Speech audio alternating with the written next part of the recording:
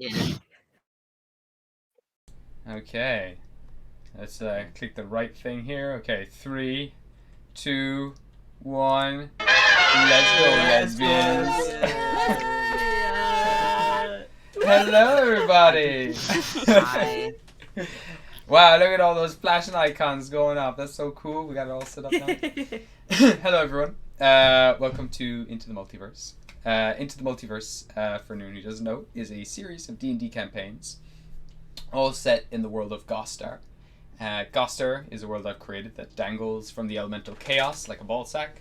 It is ball sack shape. It's a teardrop world. So teardrop worlds are worlds that are the shape of a teardrop and they drip from some sort of form of energy or something like that. This one drips from the elemental chaos. And every game or adventure that we play here takes place in an alternate timeline or different reality in Gostar. And this one follows the story of the PB Rebellium. And it's been quite some time since we've played, but we're now starting back at a very special time in the year because we started this campaign exactly 1 year ago. So that's pretty cool. So, Happy birthday to us! happy birthday, PB Rebellium. Wow, PB Rebellium's got a birthday. That's so cute. Happy birthday. So, I guess before I jump in and do a recap, I'll get everyone to introduce themselves, and we'll do then a quick summary of what happened so far, and then we'll jump into the story. But I'll ask everyone as well, as you go around, to try and remember the last thing your character did, or one of the last things they did or were involved with from the last game. Okay, so starting with yourself, Sharis, will you introduce yourself in Real? Yes, hello. My name's Sharis, and I play Rael, who is a changeling paladin who follows the Oath of Glory and Goddess Demu.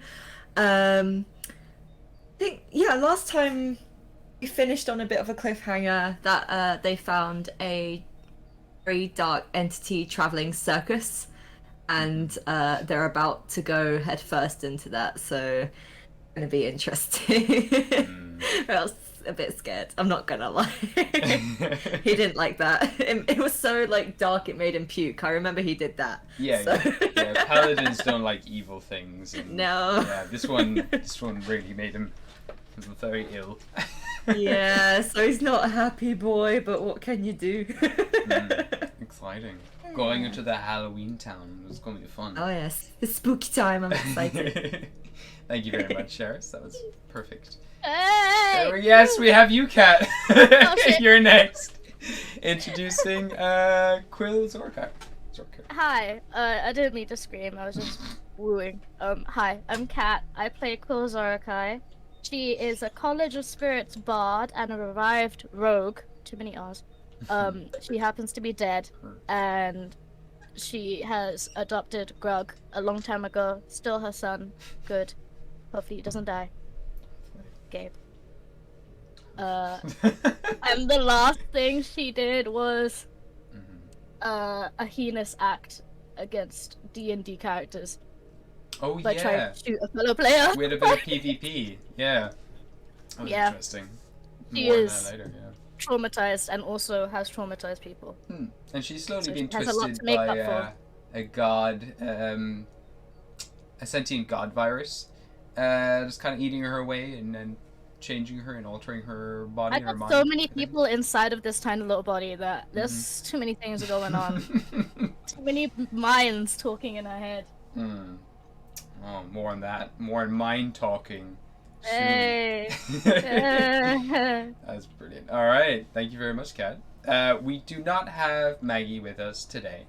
Maggie plays two characters. Oscar Magnolium, who is currently in the Magnolium Forest, where the party is heading to. But I'll do a bit of a summary on that soon. But it's just up here. And he is the prince of this tribe. And he took off a while back because there was some issues going on with his family. But yeah, so the rest of the party are going to meet him soon. And Maggie also plays Cobra, who is a Medusa and he just recently joined the party. He's a wizard, and I'll talk a little bit more about him soon. Just remember, there's a Medusa. Okay, and next we move on to yourself, Marissa, and you're playing Wisteria. What? I'm gonna pull a cast and go, "What's up, chat? How are you guys tonight? Woo! It's Marissa up in here. I play Wisteria Spoons. She's an albino cleric. That doesn't make any sense. She's an albino tiefling. She's winged as well. She's a cleric, arcana to be precise. The last thing I remember doing, I don't have great memory, and my notes is just one page saying, "Don't come into the time soup water, you'll die. Signed Wisteria." So that's all I remember. Hell yeah. There was some time soup water that you were in earlier. That's very true, and we can put that into the recap for sure. I'm taking For notes some here. reason, Wisteria likes to play around with her age. She's jumped from several ages. I'm not gonna lie, I don't remember her age anymore. She started as 18, went up to 24, now she's 22, then she was 20. That's about it. So she's supposed to be like 14 at the I can't moment. remember. Is she 14 now? I thought she didn't turn back. Maybe Yeah, she didn't. Am same. I 14? I think she's about 14, yeah. Fuck, I'm 14! Oh You god. degraded by 4 years. Oh my god, I'm not legal anymore. Alright, and on that note, I will go to yourself, Cass, playing Shahil. Yeah. Yeah. Okay, let me show you how it's done. Okay, okay. What's up, chat? It's your boy Cassiel, also known as Cass. I play the lovely What? tiefling called Shahil. He is a bard and a warlock. He has a very tumultuous homoerotic relationship with Sheriff's character called Rael. Together they are the poster boys of PB Rebellium because they're gay and lovely. The last thing I did, or Shahil did rather, was he told Cobra to shut the fuck up, and then he kissed Rael's hair. So. Oh, yes, he did! So Hey. yeah. Kind of that's it, sums thank him you. up pretty well, gay and edgy. you. Just telling someone to shut the fuck up and then kiss his friend's hair or whatever. Yeah, that's pretty much him in a nutshell there. Alright, brilliant. Thank you very much, Cass. Okay, and then Patema. I don't know if Patema will be joining these games for a while, if ever, because Patema's moved over to Canada now for a new job.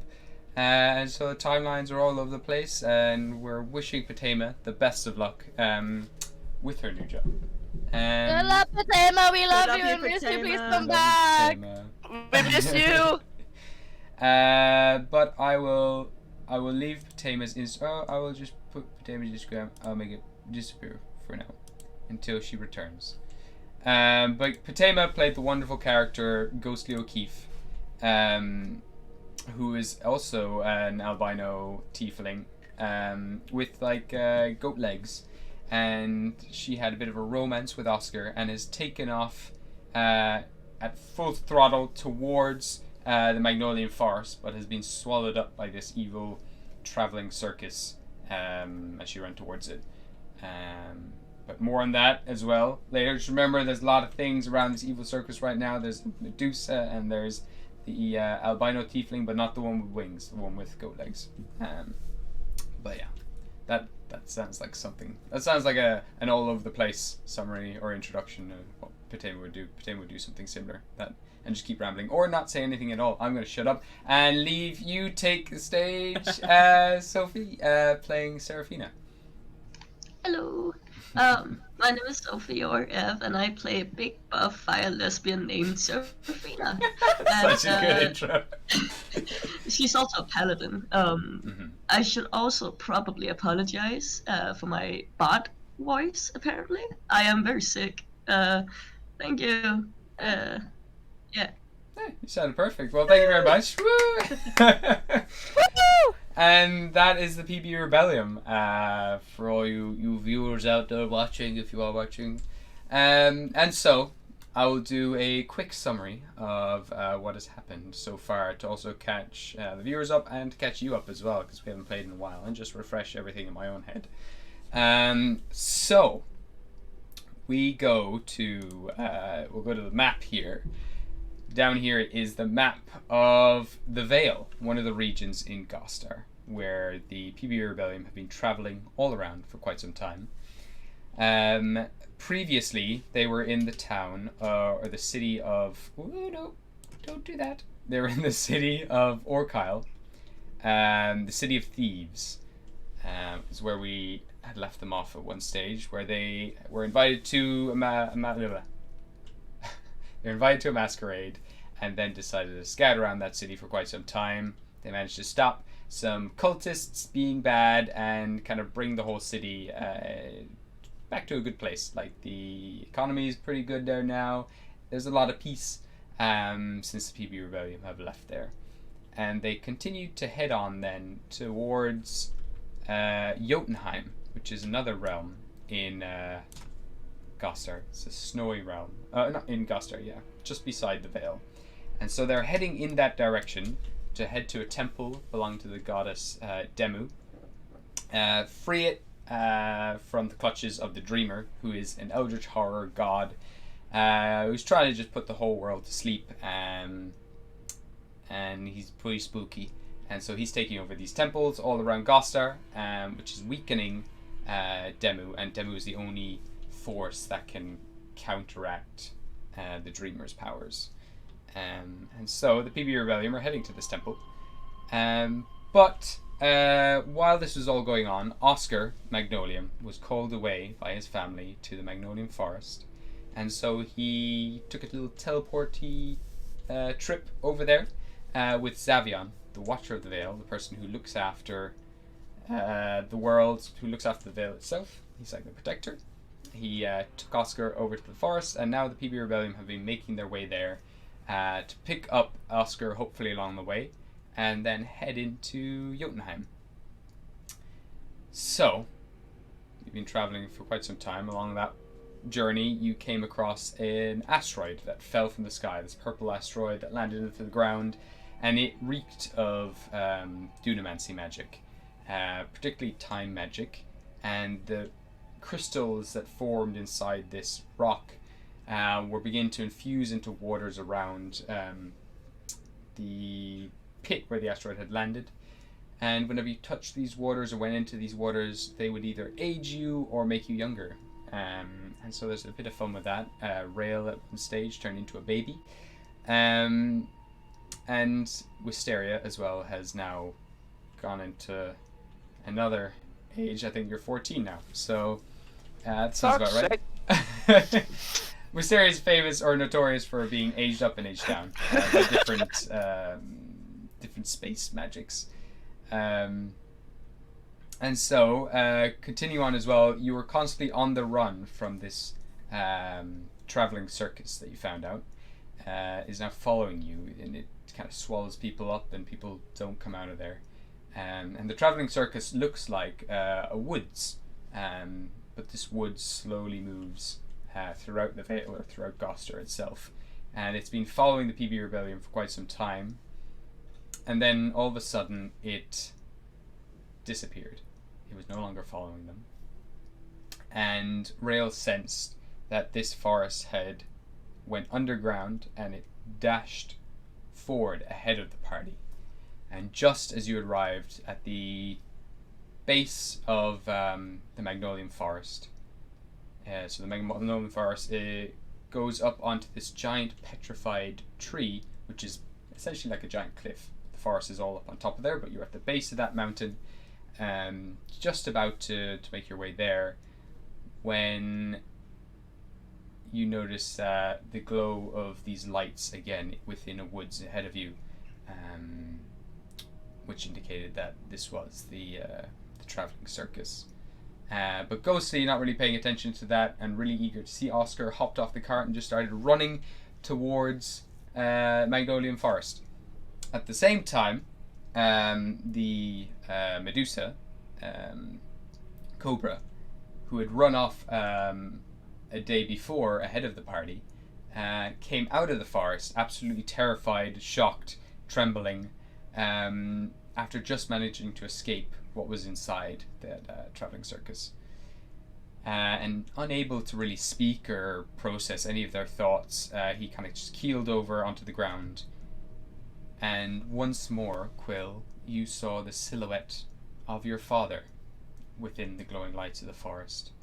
And you watch as he walks back in to the woods, disappearing from sight. And now, with Ghostly as well, already lost inside that woods, you're unfortunately left with no other choice but to head into the woods and save her if you want. Or you can head up to Magnolia Forest. It's totally up to yourselves. But I'm assuming after these however many weeks, like a month or whatever, you do still want to go into this forest, but that's up to you. I think at the end of that session we had decided to go in, didn't we? Yeah, you were Yeah, just we making did. your way in with the horse and cart.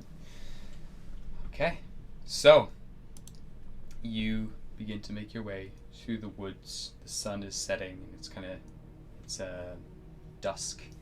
The sky is like a bright orange, like a dusty orange, and clouds are starting to set overhead, making it a little darker than it should be at this time of day. And it does begin to slowly rain as you make your way into the woods. And a mist begins to slowly surround you. You see glowing lights all around you, and off in the corners of your eye you see the fluttering of red fabric. And you continue forwards, and then the low sound of cheerful music starts playing, cheerful carnival music, as you make your way deeper and deeper into the woods. The horses begin to whinny and kind of back up. You have to be a bit stern with them at the wheel to make them push through. But eventually you come to a large, rusting red metal sign, and spelled out in glowing light bulbs, something that probably a lot of you haven't seen before, because this technology is just starting to come through. But you can hear the hum of these little glass balls filled with light, and they spell out the name Rebellium. You make your way under this giant signpost. Red fabric stretches out either side of this this signpost ahead of you, left and right, as far as the eye can see, before disappearing into the mist. And I will show you the new map as you make your way in. Yeah. Oh yeah. Ooh, I'm so excited! It's the first map of the session!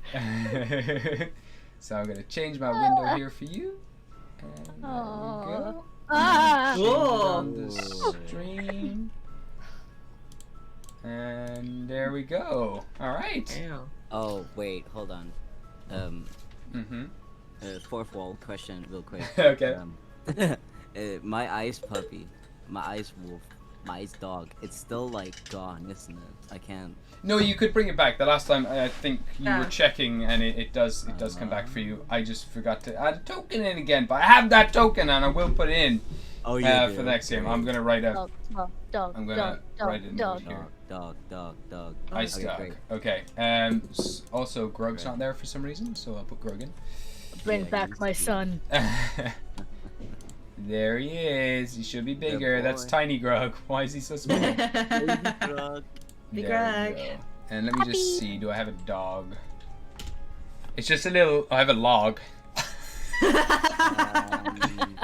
Or I have an ice Just get cube. some Ice.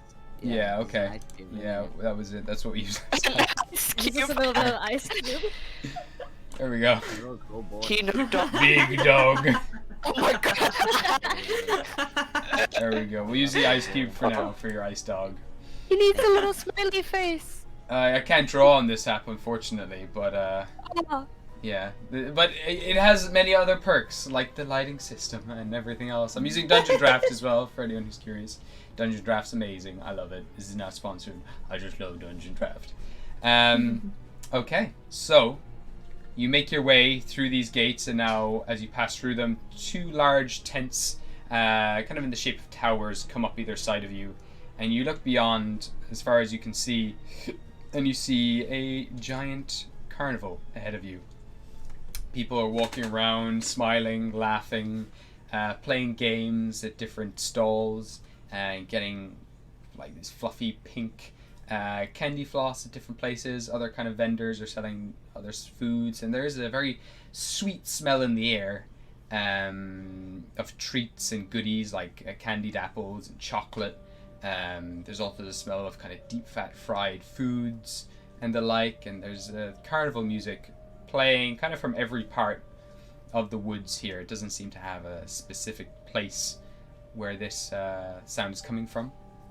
But this carnival continues up a hill, up deeper into the woods, and then past this place there's two more giant towered tents ahead of you, and then up again from that you can see carnival rides popping up out through the trees. And then beyond the carnival rides, again, there is a tower looming over everything. This very tall tower covered in red silks and made of stone and some sort of black onyx of sorts.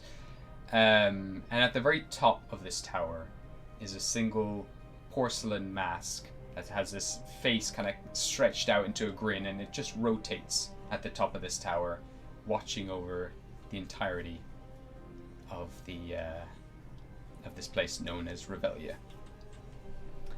And so we zoom down here back to the party, and your horse and carriage pulls up outside a glass booth, and inside this glass booth, strung up, is a what are they called again? A marionette, like a puppet lady. She's got her hair tied up into a bun, very curly blonde hair that kind of comes down away from like the tight bun in little very tight pasta-like curls. She's got bright red rosy cheeks. Her eyes are kind of lifeless and her head kind of tilts to the side. She's in a lovely pink fluffy dress, and then at the sides of the dress are these beautiful red ribbons made of tickets, and more of these tickets kind of go into all these different pockets all around her body, and strung up inside the booth again there's more red tickets. And as soon as you pull up in front of this thing, she comes to life and she says, "Well, hello there, PB Rebellium. Welcome to Rebellium. Please take your tickets and head on inside, enjoy the activities." And she goes like lifeless again, and then looks at you, and just her mouth moves slightly out of sync to the words that come out of them, and she says, "We've been expecting you." And so, just above her head, like in the glass box, there's kind of revolving letters that begin to spin, and each letter begins to stop, and they spell out Rael to begin with. And when Rael's name forms in the letters, 10 red tickets begin to kind of come out this metal box at the bottom of this glass cabinet she's in. It dispenses 10 red tickets to you. Oh god. Sugar is gonna look at it, like the marionette, and just kind of lean over to Rael. He's like, "I can't shoot it, can I?" No. No. Okay. I'll just kind of jump out the cart and just give her a closer look. Just kind of inspecting.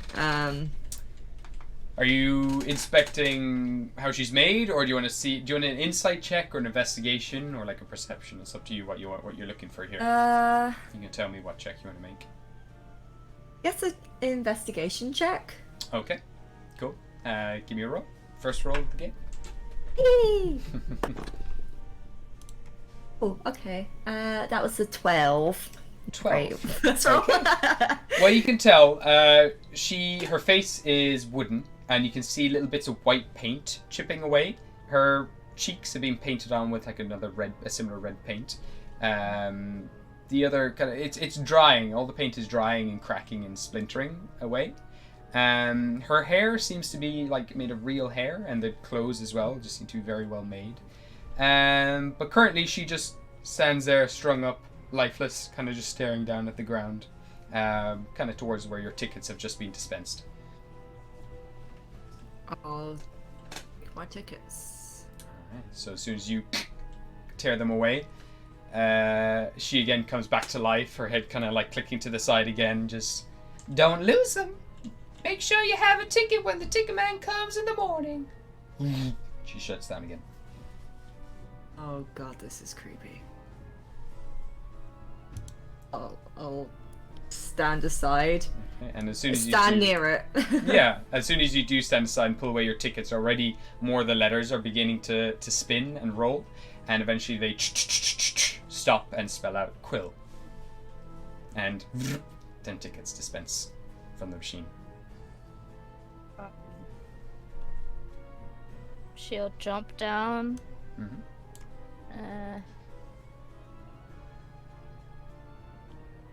Can she go around the box just to see, like, if it's just a normal box? Is it bigger on the inside? Who the fuck knows? Yeah, give me an investigation check or perception check. It's up to yourself. Okay. Let's get my stats. Oh shit! Bad roll. Fuck. What you get? Was it investigation or what? Investigation or perception. It's up to yourself. I'll go with. They're both shit, so either one, they're both the same. It's 5 altogether. 5 altogether. Cool. So as you do walk around, it's a glass cabinet all the way around. There is a kind of metal back at the back of this glass cabinet, which just kind of stops you being able to see her from the back. But you do get this sense like you're being watched the entire time as you circle around the box. And the tickets were red as well. Yeah, bright red. She'll take the tickets. Okay, as soon as you tear them away, again you hear the whirring of like mechanical noises coming from inside the box as she comes back to life again, and she says, "You can spend your tickets however you like around all the carnival rides. This is our form of currency." And she shuts down again. And again the letters start spinning and they spell out Wisteria. Hello.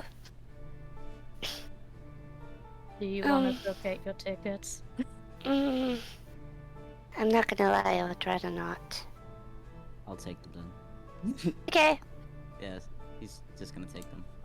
So you Oh, go God. and you try to like tear them out of the thing. I'm gonna get you to make a strength check. So the tickets seem to be stuck. Kills immediately. Strength check. Let me just. Oh yeah. Well, that's fine. It's just a straight roll for me. That's a natural 20. Okay, and you bring your foot up against the thing. You kick off the box. The whole thing kind of rattles as you do rip away these tickets. And you watch as her eyes just kind of roll back in her head. The doll comes back to life, and she says, What? and she says, "If you take someone else's tickets, Wisteria won't last till morning." He's just gonna look at her, and he's gonna look at Rael, and he's just gonna slowly flip her off. And like sparks like start flying from the side of her neck as her head keeps jutting to the side. And now at this stage the letters are spinning again. Okay. And eventually they spell out Wisteria one more time. And 10 tickets dispense. And I also have the other 10 tickets, or Yeah, you'd have your Other- 10 tickets, yeah. okay.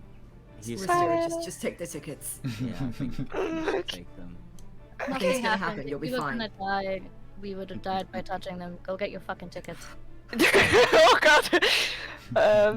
Wisteria is just gonna very like slowly and carefully like approach. And she'll just like Just rip her completely tickets and like just run back. Okay, so you rip the tickets, and she kind of comes back to life, and she says, "Well, that wasn't so hard," and then shuts down again. And again, the letters start spinning and just spell out Seraphina. And 10 tickets dispense. She's just gonna hop off the coach, just kinda brush herself off. As you Kinda- do hop yeah. out of the cart, I'm going to get you to make a Constitution saving throw, please. Oh no. Oh, Oh shit, oh fuck. The first saving throw. Yeah.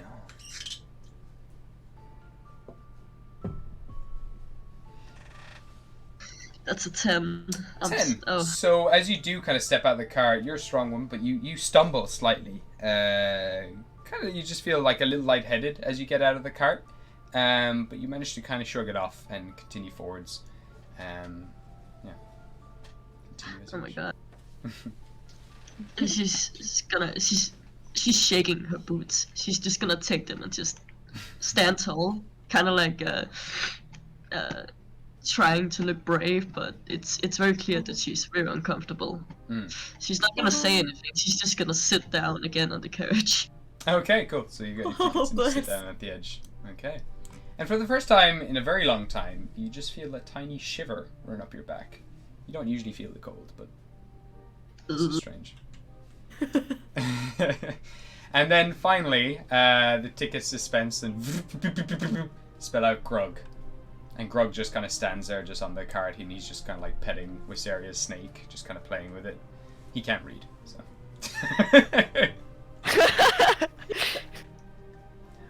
Oh, this is boring. When do we start fighting? Grug, This. the tickets. What's the ticket? Grug, Those things. Ah, you okay. need them. Oh, alright, that's easy. And he tries to copy, whatchamacallit, Shahil, and he braces his foot up onto the thing and he goes down to like pick the tickets and then eventually kicks off it and just like flies back. He didn't expect them to be as like loose as they actually were. And he just like stumbles back against Seraphina and just, oh, sorry, and straightens himself up and just kind of tucks the tickets into like the top of his loincloth so they just kind of dangle over a bit. But yeah. I can't wait for him to have clothes. Oh wait, no, you have. Oh yeah, you're picking up the clothes. Yeah, they're yeah, not yet. he hasn't got They're clothes yet. Does he have the holster yet, or is it not there yet? He has a holster. Yeah, yeah, true. The holster for the trident? javelin thing. Yeah, yeah. So he can. Yeah, he could tuck it in there actually. But for now, he'll just keep it in his loincloth. No, so I'm just double checking what he He has. does. so Yeah, he has I that. won't Yeah, no worries. Okay, so Okay. bye, thank you. And so as soon as he pulls out his ticket, she says, Assistance will be with you shortly. Please enjoy the rides and activities until further notice. Thank you very much. and she shuts down. Assistance? Um, What kind of assistance do we need? You may be a bit more important than the average guest, I would assume. well, for one thing, please don't split up. For once, I kind of agree. Sticking with Grug. Yeah. Can I send off a dog to scout the area a bit? Yeah, where do you want to send the doggy?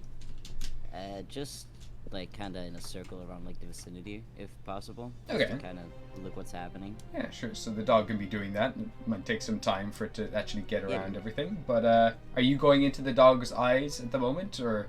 No. I'm just letting him have a blast. Okay, cool. So the dog just like starts bouncing around the place. Kind of, you hear the sounds of almost like wind chimes as it moves, just kind of dancing around the place, happy to be out of the pocket dimension again and have life once more.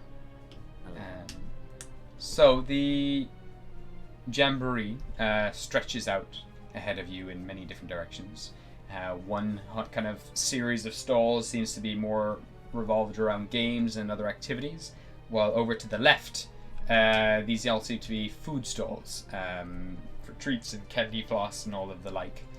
There's a whole plethora of different activities. If there's anything in particular you're looking for, I can let you know. Also, there is a large building with a tent for a roof over to the far right, and it just has written above it Lost and Found. Also, further up as well, there are small little signs that point towards the hostile hostel, and that you see them lead up over to the left, and you see this large towering building which has all of these different sections attached to it, just kind of jutting out in every direction. Doesn't seem to be like a sound structure. It looks like it could collapse at any minute. And it looks like other buildings have almost been like attached to this one large building, to make up the hustle. And I see if the people are alive, like the people running around right now. Yeah, give me a perception check.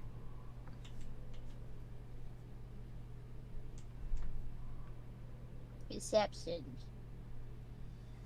20, unnatural.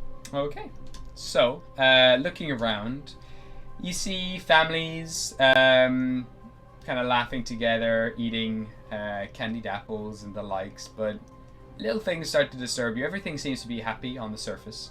However, when you start to see some of the families laughing and playing with their kids, they kind of bite into one of the apples and you see all their teeth are kind of black and rotten. You look around as well, you see a lot of people with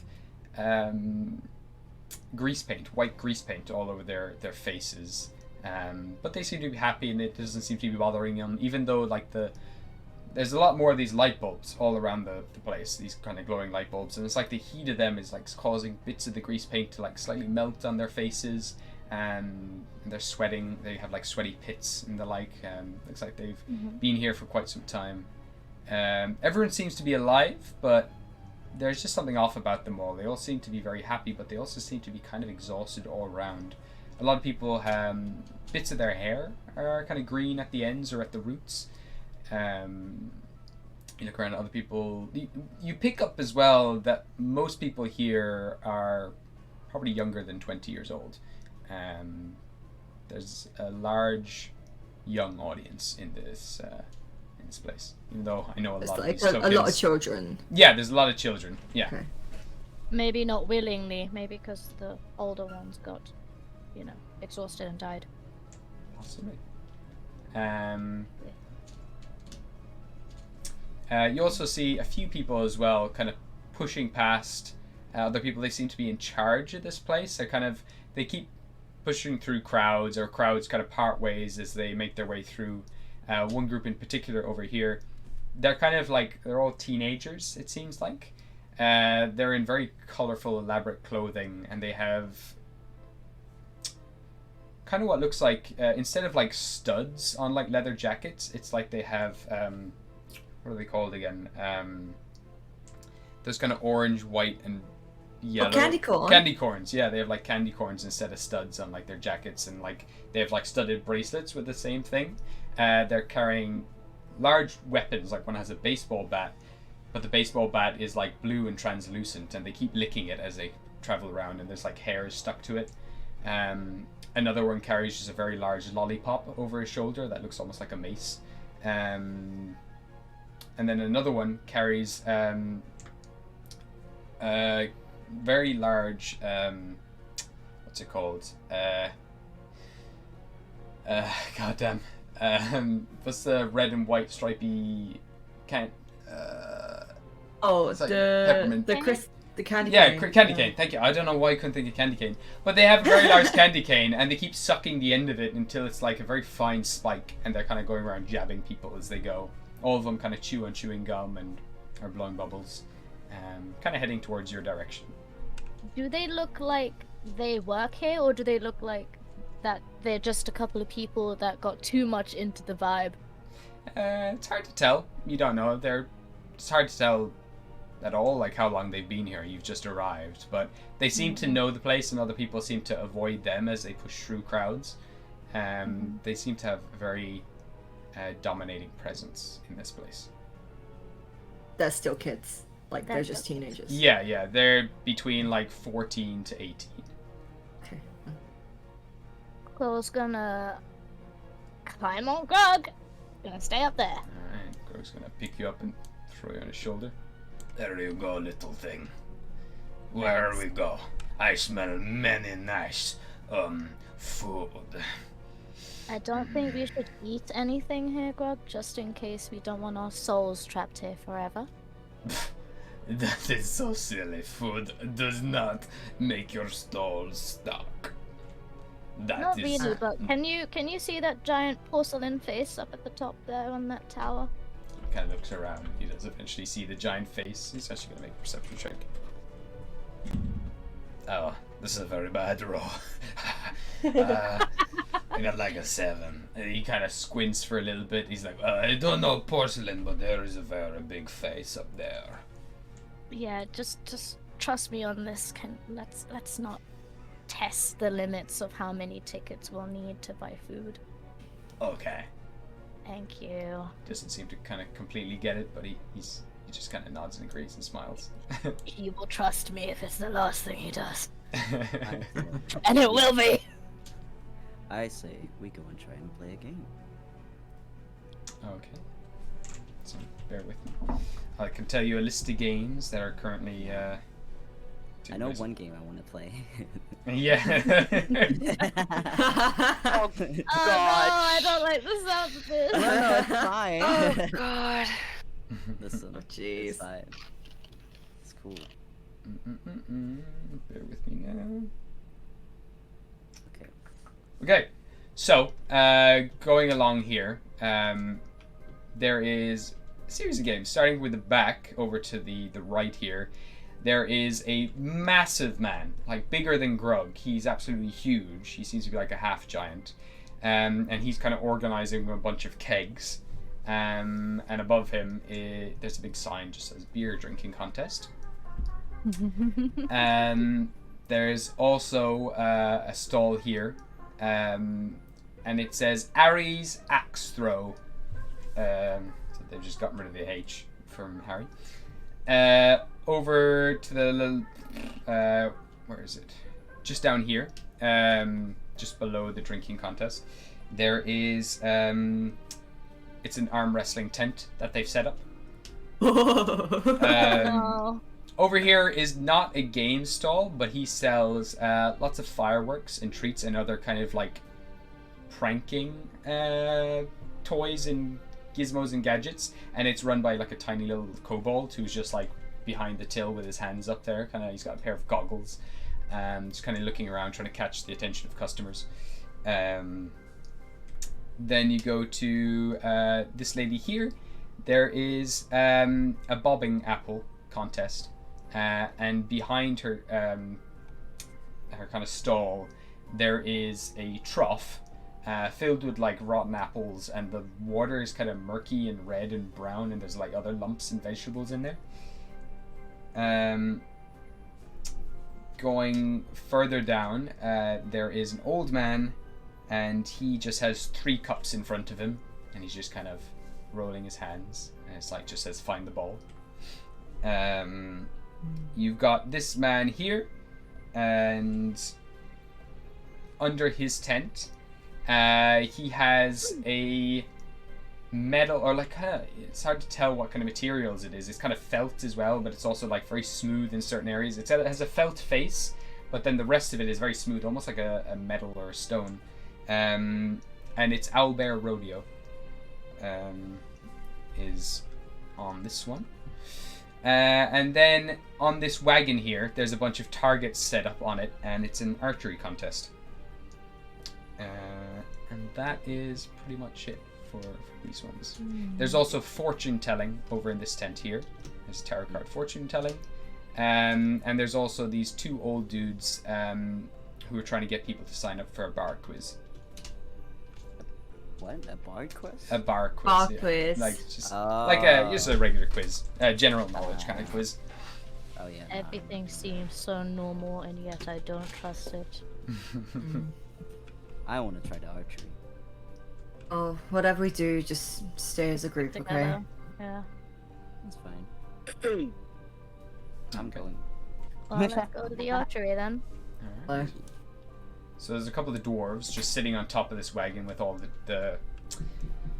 kind of signs, or the what are they called? I don't know, the bullseyes or whatever, set up in front of them. So you kind of head over there. I'm gonna drag everyone in there. Go. And Wisteria, are you going as well? Yeah. Okay. So you're kind of walking past. And the 2 dwarves kind of lean over to you, and the young lady kind of leans over saying, Hello. Would you like to try the archery contest? Yes, please. There'll be 1 ticket, and if you get a target, you win a ticket. If you get 2 targets, you get 2 tickets, and if you get 3 targets, you get 3 tickets. So it's a ticket to play. Yes, and he'll give one.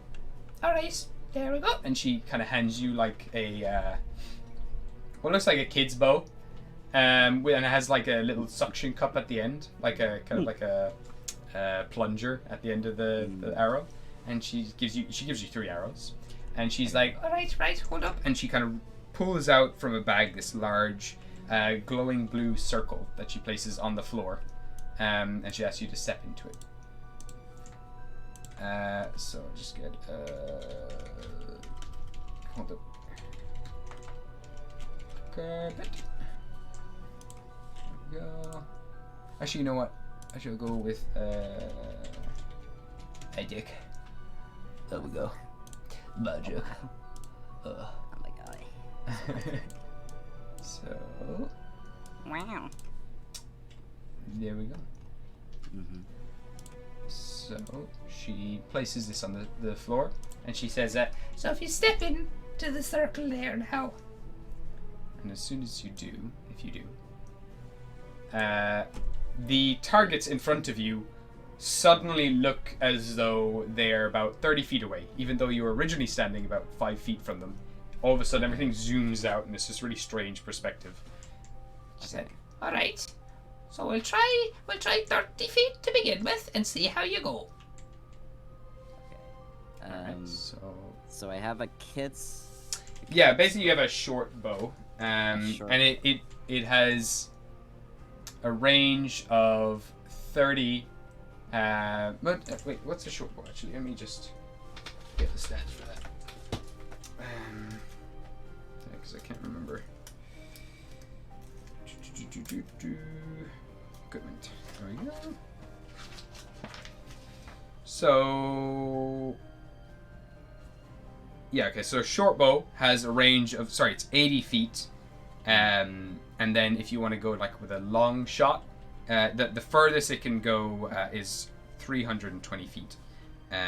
So basically, if the target's more than 80 feet away, you're making an attack with disadvantage. Okay. And the arrows. Yeah. Are they, They have a strange. They They just have a strange weight to them. They are like slightly heavy at the end, but you reckon that they should be fine. Okay, There's so nothing slightly. too weird. about it. Okay. I'm not. Shahil's gonna bring up his tail, to kind of help. You know how like scope kind of shit. He's gonna do that to kind of help him focus on the target. Okay. Maybe I don't know, help him. Sure. And I'll test the string out of the bow, and I'll try and shoot. Okay, I'll get you to make an attack roll for me. An attack roll. Yeah, so it's using your dexterity plus your proficiency, and you add both of those to your attack. Okay, and the attack roll is just 20, yeah? Yeah. Okay, it's been so long. Yeah. Let's go, honey. So for this as well, you can use the attack bonus of your crossbow, just -1 from it essentially, because you have a magical crossbow. What does it say for your crossbow attack? My crossbow is a +7. Okay, so it'll be +6 for this bow because your Okay, crossbow is magical. This isn't. And with my dex and proficiency still. No, that is your proficiency index, or it should be your proficiency index. Yeah, it is. I was like, oh, I can add 12 to it? Easy. So that is, essentially, that number is your proficiency index added together, and the +1 there as well, that brings it to 7, is from the magical effects of that. Yeah. But yeah, for now, it's just add 6 to whatever you roll. Epic. Hold on. Okay, that's a 17. 17. Okay, and that hits. So with that, you're testing it all out, and then she takes a scope and boink, you get it right on the bullseye. And she's like, Oh, Jesus, that's very good now. What? Did you see that? and she kind of has a little box that she like twists a knob on, and all of a sudden you're further away again, about 100 feet away from the target, and she like sucks off the bow, tosses it, the arrow, and tosses it to her partner, who just catches it. He's like, all right, pops it in his bag. So you're now 100 feet away. But what does your sharpshooter do? I think you can.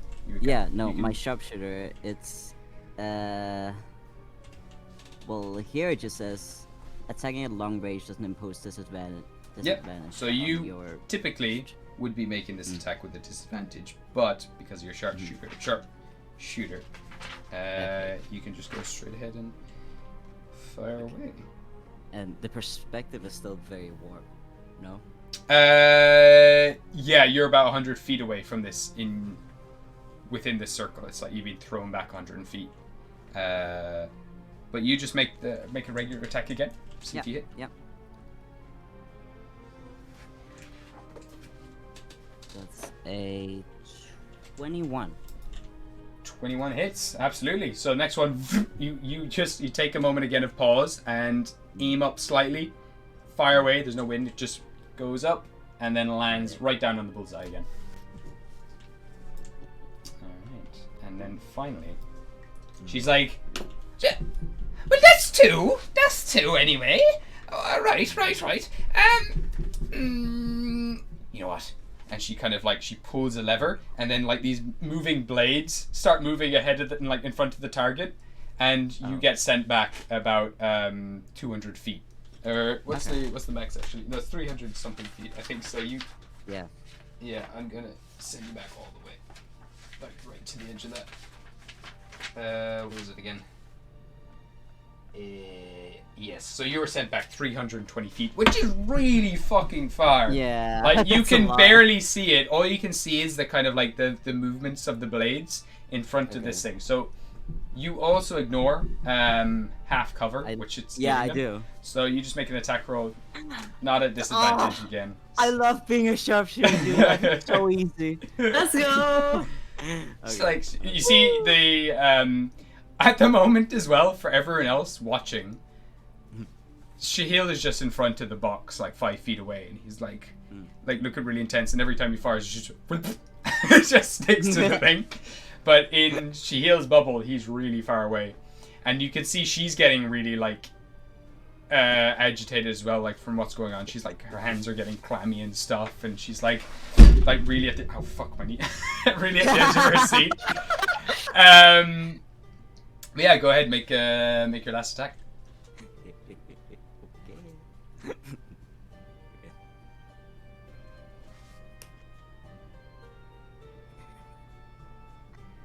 That's a 22. 22.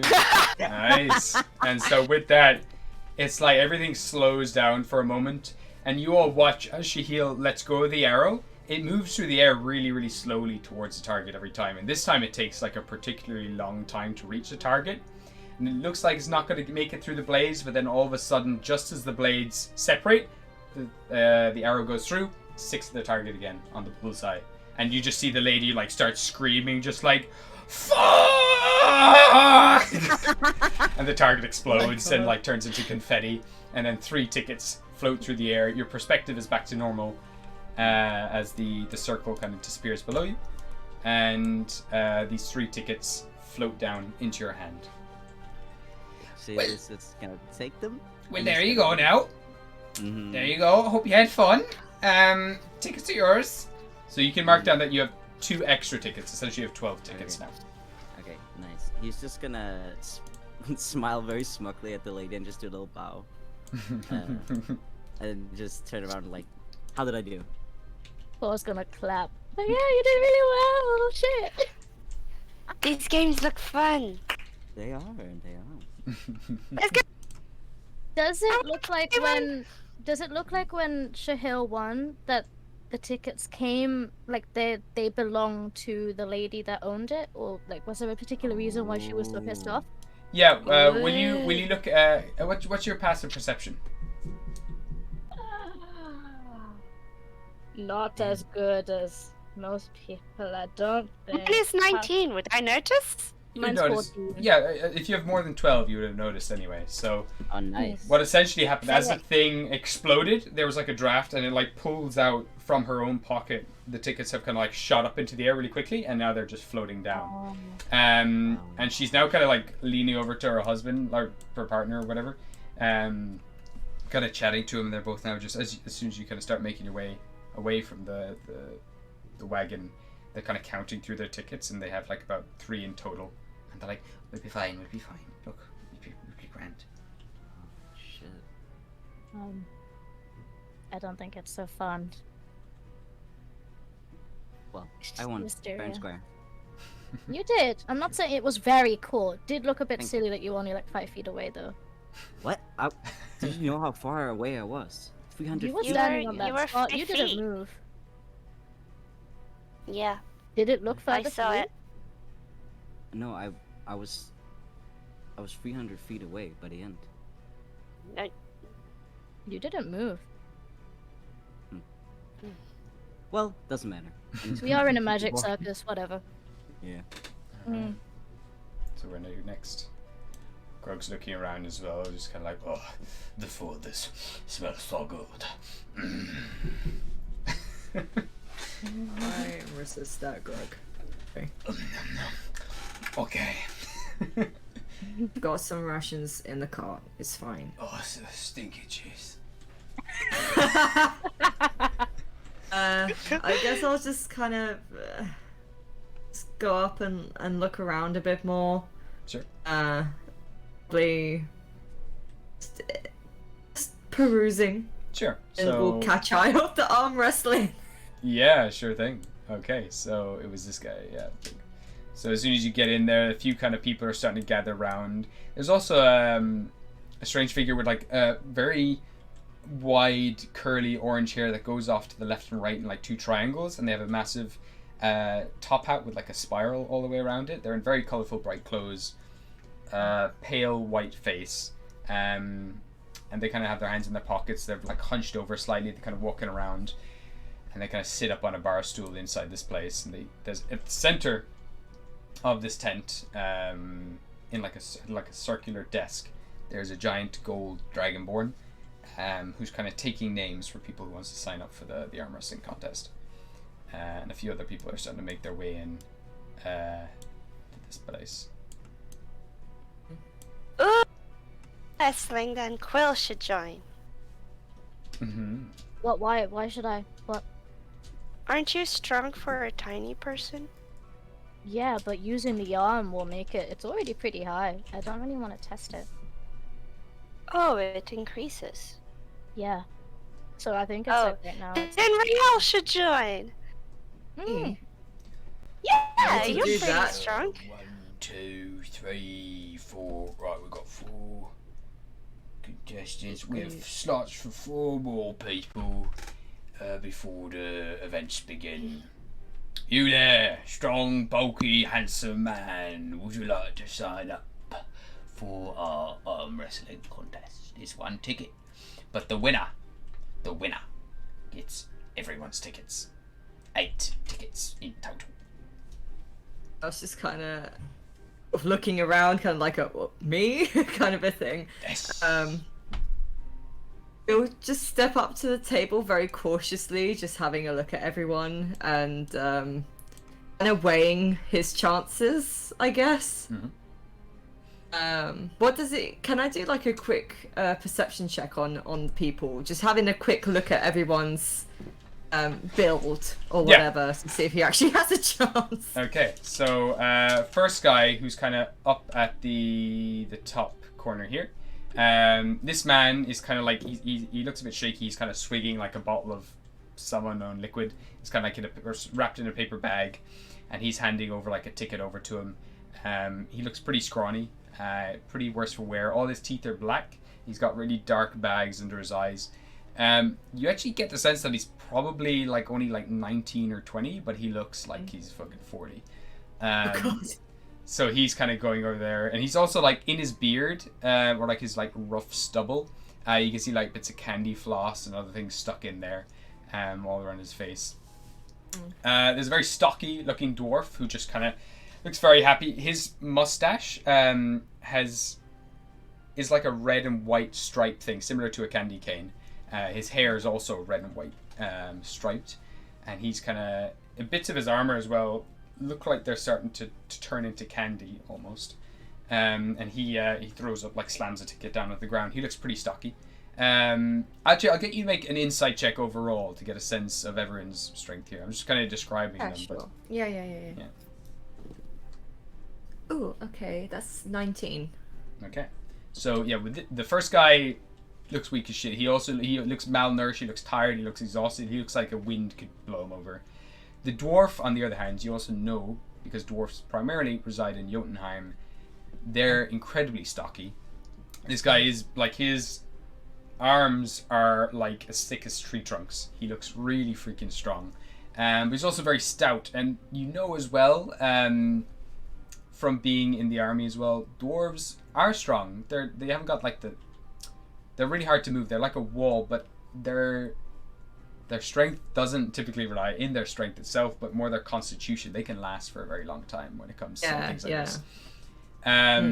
So I'm just taking a few notes here. The next one there, the kind of clown-like character who's pulls out like a wallet and flicks through it and picks out one ticket and just throws it on the table. You can tell as well he's got a wallet full of these red tickets. They have a lot of this kind of puffy padding around that makes them look really, really bulky. It's really hard to tell actually how strong this individual is. But on their hands, they're like starting to put on what looks like kind of racing gloves. They're starting to put those on. Next guy in, he just looks like a bit of an average Joe. He doesn't seem very strong in particular. He's got about 3 tickets that he counts through and puts one down. He also kind of looks a little rough for wear compared to the other guy. Then, while you are checking everyone out here, one man here with just one giant metal arm moves in and slams down a ticket, and she's just got a robot arm. The rest of them seems pretty normal. He looks about like 16 years old, but this arm is absolutely huge, like about 2 or 3 times bigger than his actual arm.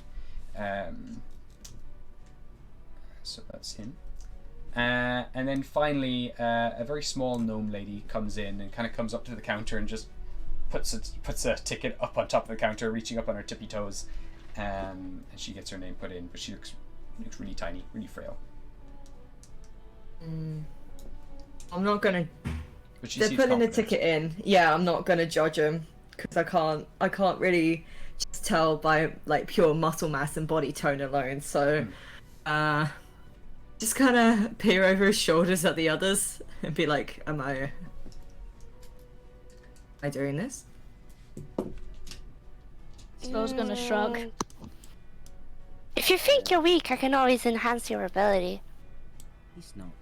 As soon as you say that as well, you see the Dragonborn like just spit on the ground, just like, no, none of that, no cheating, just pure brawn. Skull's gonna put her hand up. Then Greg should join. Mr. Dragon Guy. Yes. I would assume cheating isn't allowed in this particular circus. Of course not. And he winks. Then What does that mean? Oh, I think I get it. Mysteria's gonna like walk up to Quill and like, to be honest, she's 14 now, so she doesn't need to bend out that far anymore. So it's just like slowly tilts over and goes, "It's only cheating if they catch you." Oh, how far is my arm? How far along?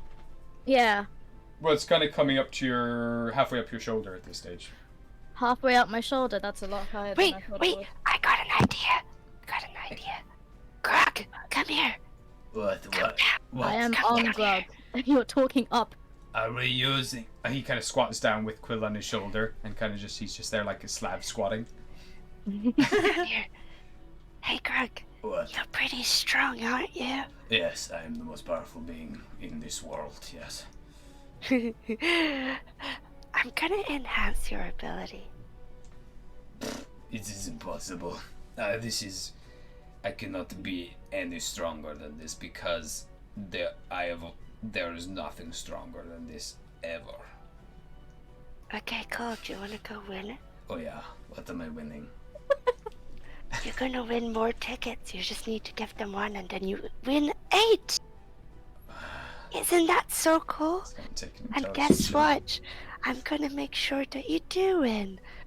And That sounds so Mysteria ominous. is Oh, gonna. just a quick question. Yeah. Were they actually being like secretive about it, or were they being overly obvious About what? about Are we talking actually and being- enhancing? Well, I'm going to be doing this at the moment. Like at the moment, I'm going to get you to make a stealth check just for this conversation. We'll say Me? because you have been God. whispering. Yeah. All of us? Because, to be honest, you made it pretty Well, obvious just by Wisteria. asking them. Yeah, exactly. Yeah. So.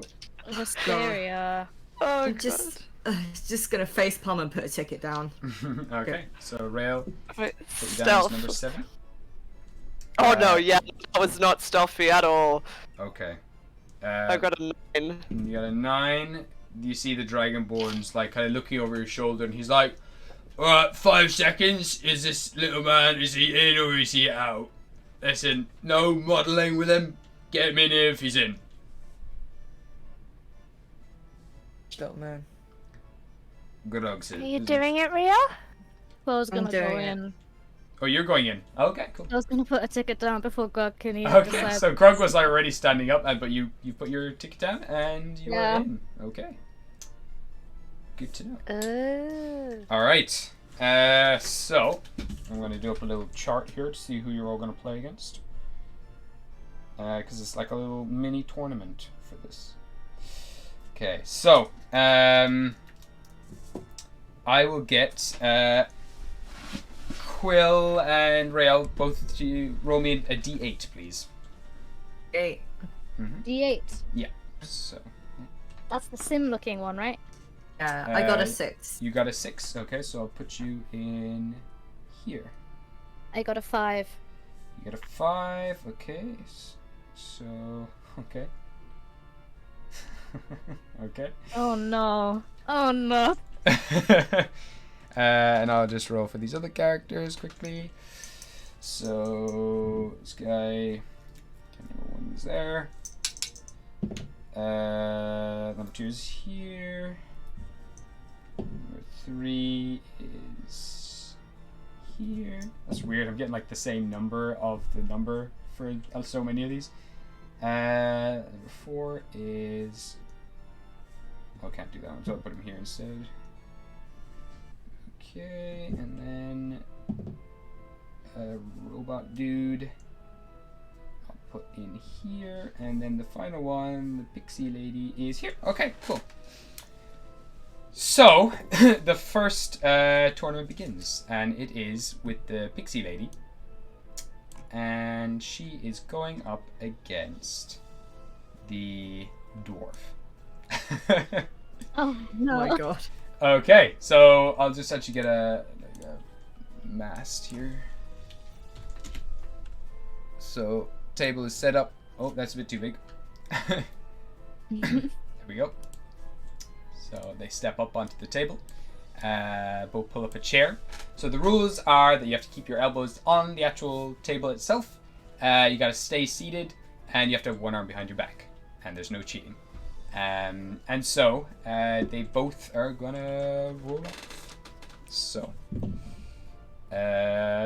with that, the pixie kind of cracks her knuckles.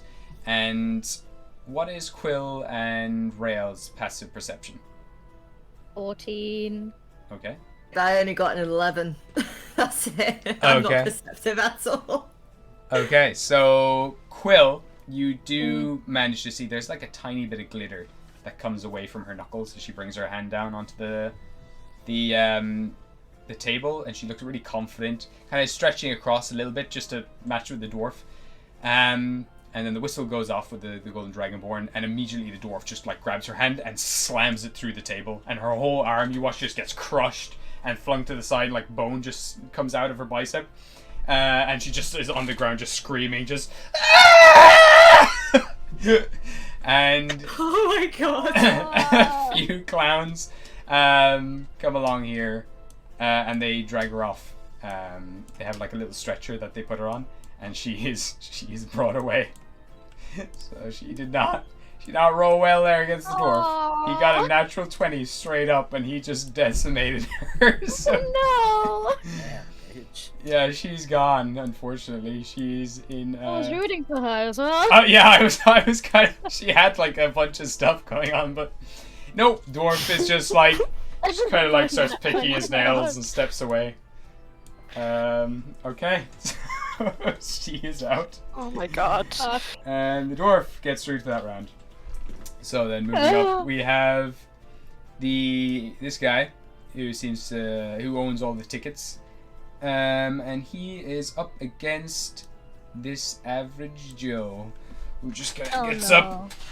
And I'm gonna roll for the two of these, and they kind of put their elbows down, and you then watch as soon as they lock hands and the whistle goes off. The kind of down and out dude, just his whole body immediately seizes up, and he can't can't seem to control his body as the clown just kind of looking at him, smiling, cackling, just like ha ha ha ha ha ha ha ha, as he just slowly brings the guy's hand down onto the table, and he runs away, pretty defeated. Like he's not broken bones. No, he just slowly brought his hand down. It's like the guy couldn't like move, and he just couldn't do anything. He was completely helpless as he brought his hand down onto the. Did I see if it was because of the stare? Like, was it he had direct eye contact? Give me a perception check.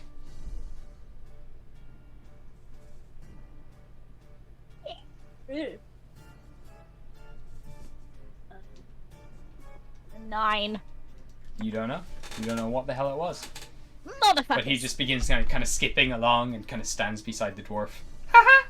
You're next! Oh fuck, okay. And next up is the little one with the horns and a very handsome, strong man. Get up there. Get up on that pedestal. I think you mean horn. I'm missing one. Oh, true. Yeah, you got that cut off last time. Oh, shoot. Yeah. Yeah. Oh. All right. So, Oh, no. both make your way up onto the pedestal. Yes. God. Can I? So bardic inspiration that gives an advantage, yeah. What's that? Sorry. Bardic Bardic inspiration. Oh, bardic inspiration. Yeah, but you have to like That- actually say stuff to them. Oh, I do. Yeah, but I mean, it's not actually magical quite. It's just like how influence. Yeah, you can influence people. Basically, you give them a dice that they can use. How many levels of bard do you have? 6. Okay, so. No, 7. Okay, so where is D8, isn't it? Yeah, I think it's a D8. Yeah, it goes up as you kind of level up in bard. Okay, and it doesn't matter what I say. No, you can say. I mean, it's gotta. I mean, it's up to you what you want to say. Yeah. Okay. Your ass! He's just gonna stand there. He's gonna be like, wait, does he have to hear me? Does Rail have to hear me? Yeah. The target has to Okay. hear you. Okay, he's just gonna be like, wow, what a handsome knight with such big biceps. Wow. In that monotone. Yeah, in that monotone, and he's gonna give bardic inspiration. Okay, so it's up to yourself, Rail, if that either inspires you or just pisses you off a little more. Up to yourself. But you now have a D8 that you can add to one roll. Am I able to bardic Okay. inspo myself? Good question. I think you can, but It's just a pep talk. Yeah. yeah. Yeah. Can bard inspire himself? I need to find mum. I need to find mum. I need to find mum. Just gonna continue to say that, chanting it. Bards cannot inspire themselves. Bastards! Oh, fuck, bitch. Yeah, but if you had the College of Lore, they can inspire No. themselves. Yeah, I wanted ghosts, so it's fine. I just won't do it. but you can use your ghosts on yourself if you want. You can do that. Can I get a ghost friend? Yeah, that is going to be pretty obvious. So some probably. Oh maybe. yeah, I don't wanna. You can I try don't to do wanna- it subtly if you want, but No, I'm gonna save my ghost friends for when I actually need it and not for that. okay, Good fuck, cat. I'm just competitive. that's fair. Does anyone want to do anything else before the whistle goes off?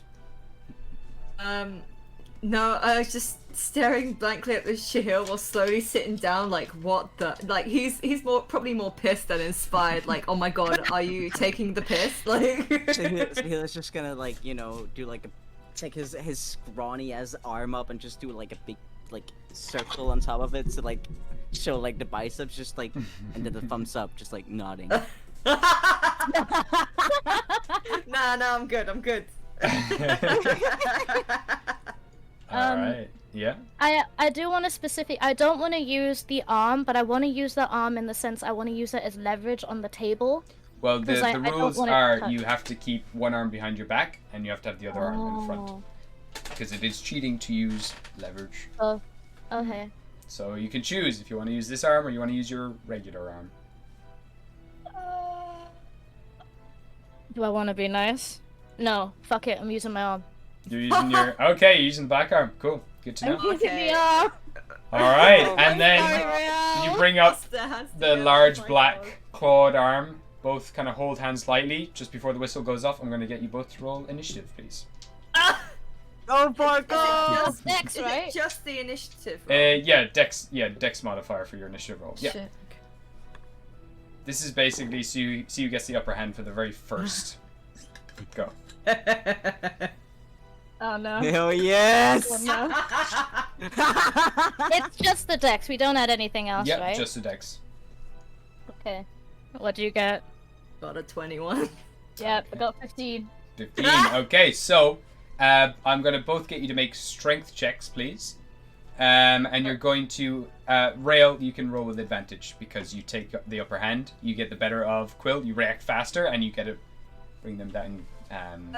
With the strength check, is Yeah. it just strength or do I add my proficiency? You just add your Strength mod. strength modifier for this, yeah. Okay. So I think yours is like +4 and I think Quill is +5. Yeah, it is. Yeah. Mm-hmm. So, or something like that, yeah. Uh... So, yeah, Rails with advantage, Quill, you're just a regular roll. Oh baby, go! I'm so happy. I mean, it might not win, but I. So, at the very least. what did you both get? I got 15 again. 15? Okay. Oh no, wait, no, 17. 17, okay. I'm sorry, honey. I got a 23. 23, okay. So, Rail, you bring down, you get the upper hand from Quill, you take advantage of their size, and you just like immediately just, as soon as the whistle goes, you already bring down Quill's hand to like a 45-degree angle. And Quill, you immediately have to brace yourself, and you're like, oh, fuck. I'll get you both to roll strength checks again, please. Oh, Just regular, straight rolls this time. With your, unnatural 20. Oh. Oh, Oh, no. 17. Alright, and so you then watch as Quill's arm, it begins to kind of quiver, as if like all the muscles and tendons below the glove start to move as if they're like a liquid. And you hear kind of like a stretching and gurgling sound coming from the glove as the hand just increases in size and throws your arm completely in the other direction, and you are now at a 45-degree angle, Rail. Oh shit! Shit. And you watch as the band around your shoulder that is glowing now with the runes begins to move up, covering your entire shoulder. Oh god. And I noticed that, right? I Yep. think we both noticed that. I'm just gonna, still holding hand in place, just kind of leaning in like, Quill, it's not worth it. It's not worth it. Stop. Cut it off. Actually, no, fuck it. I'm gonna. This is a bad idea. This is a bad idea. Oh, This is no. a bad idea. This is a bad idea. I'm gonna both get you to roll strength checks. You can choose not to roll if you want to leave the other person win, but if you want to keep rolling, roll away. Up to yourselves. I'm just gonna roll anyway. Okay, you're gonna keep going, alright? I'm not gonna roll. I'm gonna let. It You're doesn't gonna- matter. I'm gonna let him. Okay. Well, it was a 16. So. 16, and then with that you slam it down, and the arm stops kind of like gurgling, and it just settles down, going back to the regular size. The claws kind of shrink back down a little bit, but the band still reaches the top of your shoulder. And you can feel it now just under your armpit. This is icky. I'm going to get you to make a wisdom saving throw, please. Motherfucking viruses, man. STDs with face. What was it? A wisdom? Wisdom saving throw, please. 14. That is just short. I'm sorry. You are going to gain a long-term madness. Can you roll me a D100, please? Ooh! Both of them, right? Yeah, the two of them together. Oh, This is so cool. This is I fun. love D100s. Get Two. fucked, cat. Let's go. 43. Oh, that sounds like a good number. 43. Mm-hmm. All right. Oh no. Nice. I love the suspense. Oh. Okay. So Oh. you're under a delusion for the next 24 hours. Oh, And I have to get a random potion effect. 2 seconds. This is interesting. Hold up. This fucking virus! God. Let me see. Where's my magical items? This is pretty cool, actually. This is a cool effect. Where's potions? Bear with me now. Okay. Okay, 1, 2, 3, 4, 5, 6, 7, 8, 9, 10, 11, 12, 13, 14, 15, 16, 17, 18, 19, 20. Give me, can you roll a d20 for me, please? D20, just straight up? Yeah. 2. Okay. I don't know if that's good or not. I mean, it's bad. Probably, knowing my luck in this game. This is very strange. This is a very weird one. Alright. You're welcome.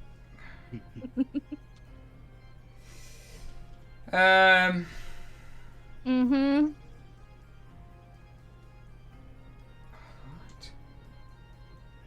What? Not even Gabe know what's going on, dude. So, basically, Yeah. what?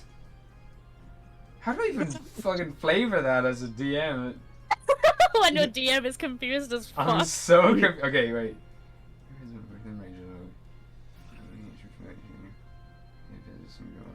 Or no, it's okay. Since you mentioned places yours, you can't even. Okay. Many guys' value, juicy. Oh man, that's really fucking weird. So, Okay. you, Mm-hmm. for now, you smell your dad's cologne. You get a whiff of it. Oh. And you also hear the familiar sounds of like the creaking. Just from being at your dad's house alone, you started when you were there. You're taking as much information as you could about the place, even down to the details of knowing how the steps sound. They had a particular squeak to them when people went down them to come into the house, and you start to hear that sound again around you. Yeah. I just have to take a note of that. This is really weird. But every now and again, you kind of feel like you kind of take a step, and everything goes a little fuzzy, and you blink for a second, and you can see where your dad was sitting downstairs, and you're looking at him, and then he's gone, and you come back to. I think I need to lie down. I'm Okay. gonna tap out. Bye. Have fun. Can I go to take Quill? Yeah. I can't pick her up, but I can drag her.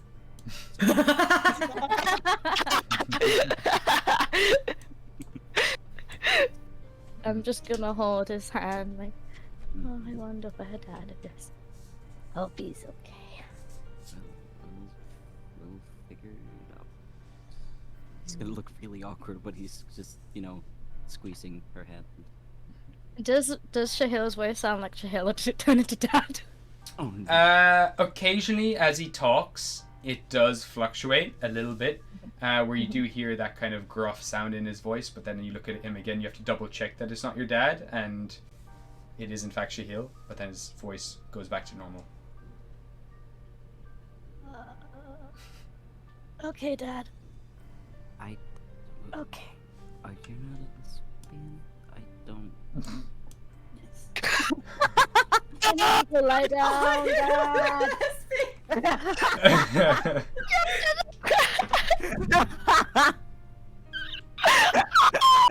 Are you not a lesbian?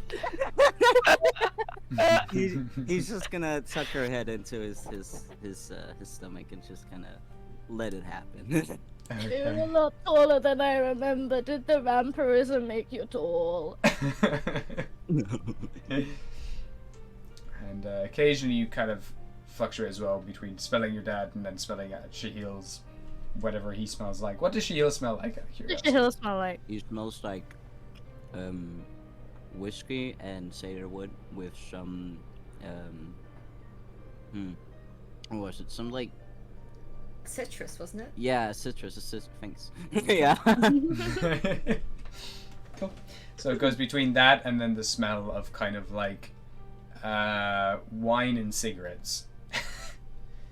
A good smell. And then also a very strong kind of musk as well. That's for the next 24 hours, then. Next 24 hours, you're kind of fluctuating. Basically, enough you want to know what effects you're under. Yes, please. You're currently under the effects of like the clairvoyance spell. So basically, the clairvoyance spell, typically, you can think of a location that you're very familiar with, and occasionally you can switch between seeing what it's like in that place currently, and then switching between like going back here. So basically, it's like you can put a security camera in that place, and you can keep checking on it.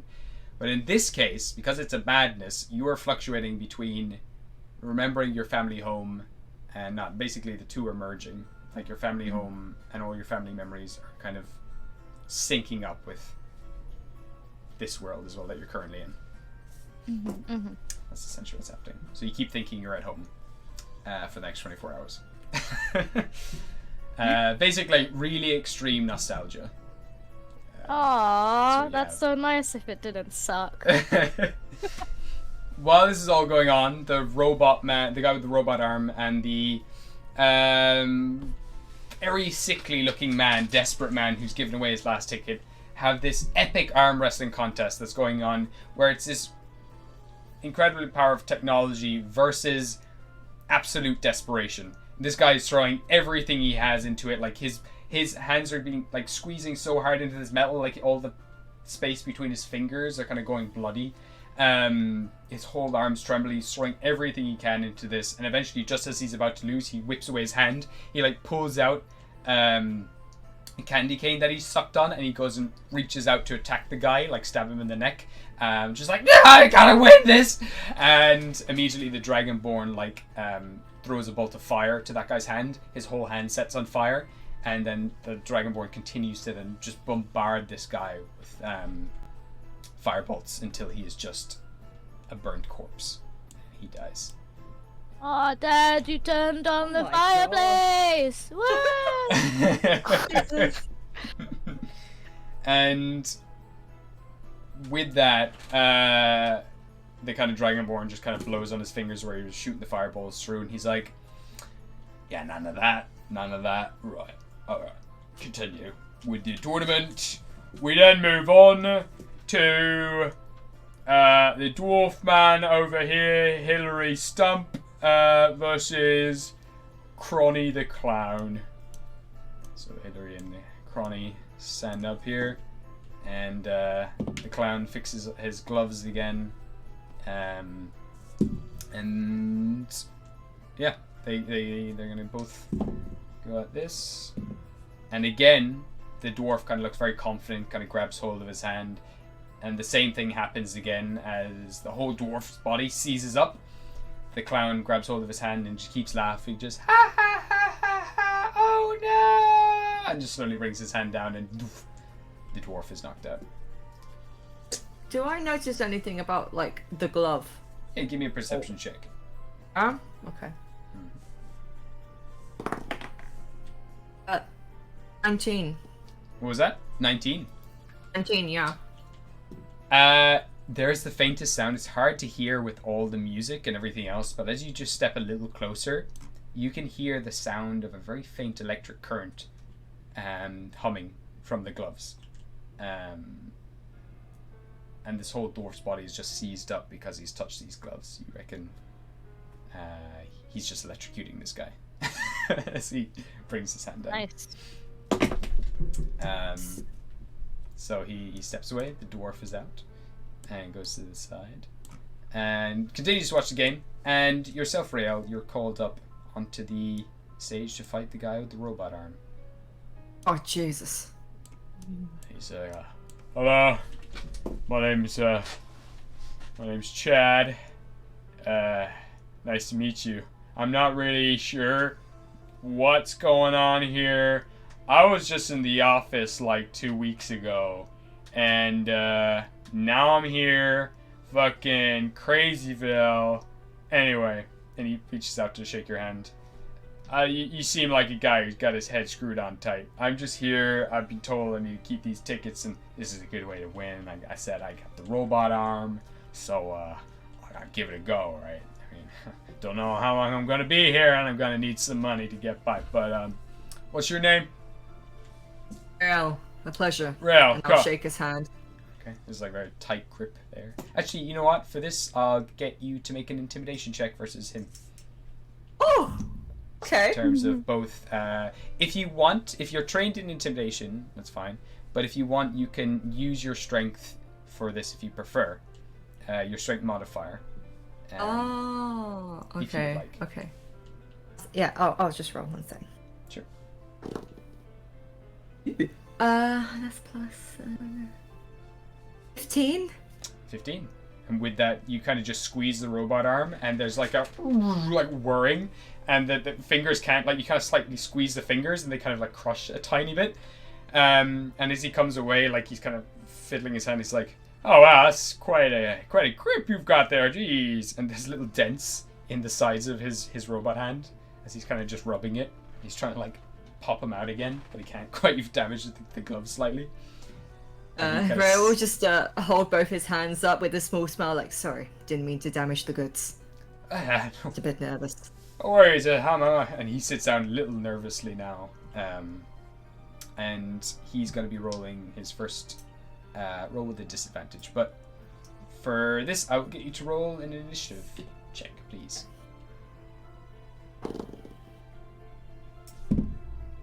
A 21.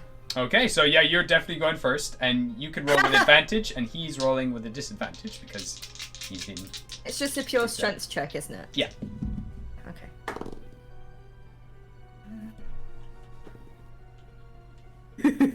Okay. Okay. Our evil laugh. Yeah. Jesus Christ. All right. So what did you get? Got a 23. Okay, you got an 18. So yeah, you just bring his arm down. It's like a 45-degree angle. I'll get you to give me another strength check. You see this panic on his face, like he's starting to sweat a little bit, and he's just like slapping his shoulder a little bit, and the Dragonborn gives out to him, like, hey, head behind the back.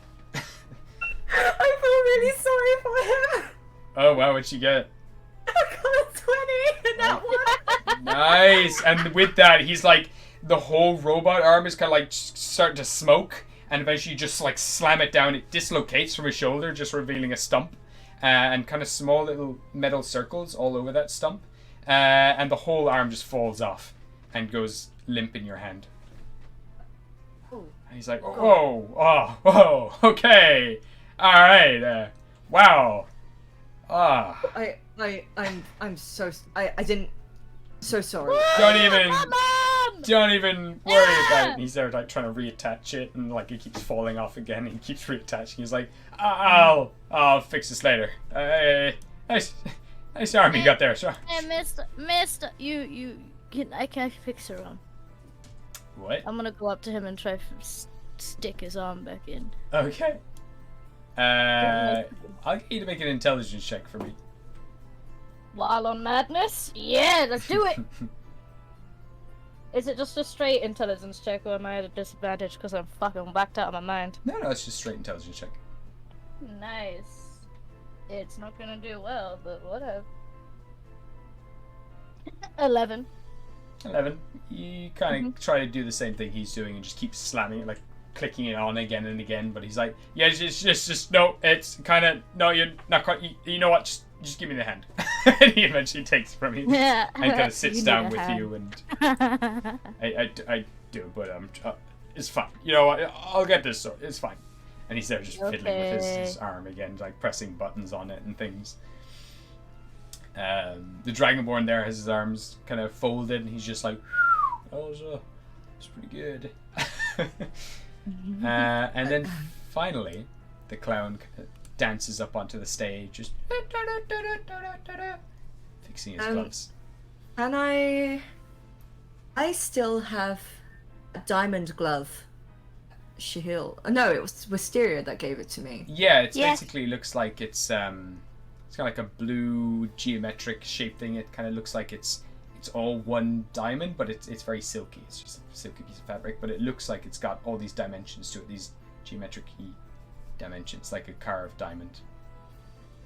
Am I able to slip that on? Mm-hmm. Would it like change anything? Like, would it be against the rules to slip it on? Let me see here.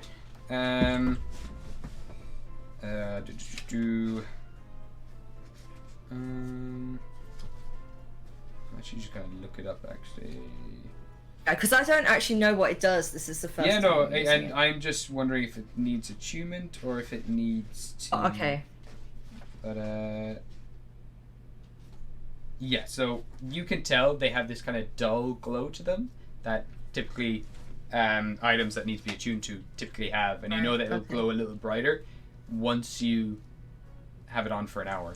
But as soon as you do start putting it on, the clown is actually going to be like, I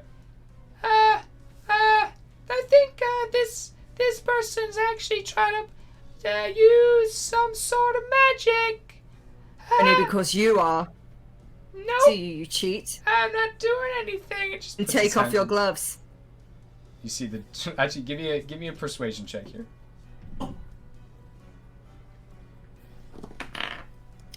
One sec. That's 17. All right, and I'm gonna roll for the thingy thing. So the clown's like, these are just regular leather gloves. No glowing shit to them here. You can see perfectly well. well, and the Dragonborn's like, it's true, like these are just regular leather gloves by the looks of it. His eyes Seeing kinda them. shift. They have an electric current. Well, Cheating. let me see. And he's gonna kind of make his way over, and he kind of reaches out his hand to shake the clown, and he's gonna make a perception check against the clown's deception. He rolled a 2, and the clown rolled a 16. So he gets to shake his hand. He's like, Oh. "Oh, just regular gloves. Look at them." And he kind of looks through the palm and everything. Perfectly Okay, normal. I'll put the glove away. I'll sit down and put Right. my hand on the table. Sure thing. He's like, Can right. Can Yeah. I give bardic inspiration to Real, You please? can. You still have your other bardic inspiration as well. I can Oh what? yeah, I didn't. You haven't I used don't it. think I used it. No. I haven't used it. No. So you can also. What do you want to say to Rael? Go, Mom! You got this! Mom, Oh my God. you know what I said. Dad, and his mom. Nice. Nice. All You right. remind me a lot Does of that mean I Mom. have 2 d8s? You have 2 d8s. You can roll them Hey, whenever you yeah. want. Yeah. Oh, nice. Okay. All right. That's So awesome. I will get you to Have roll bardic. for initiative, please. Okay.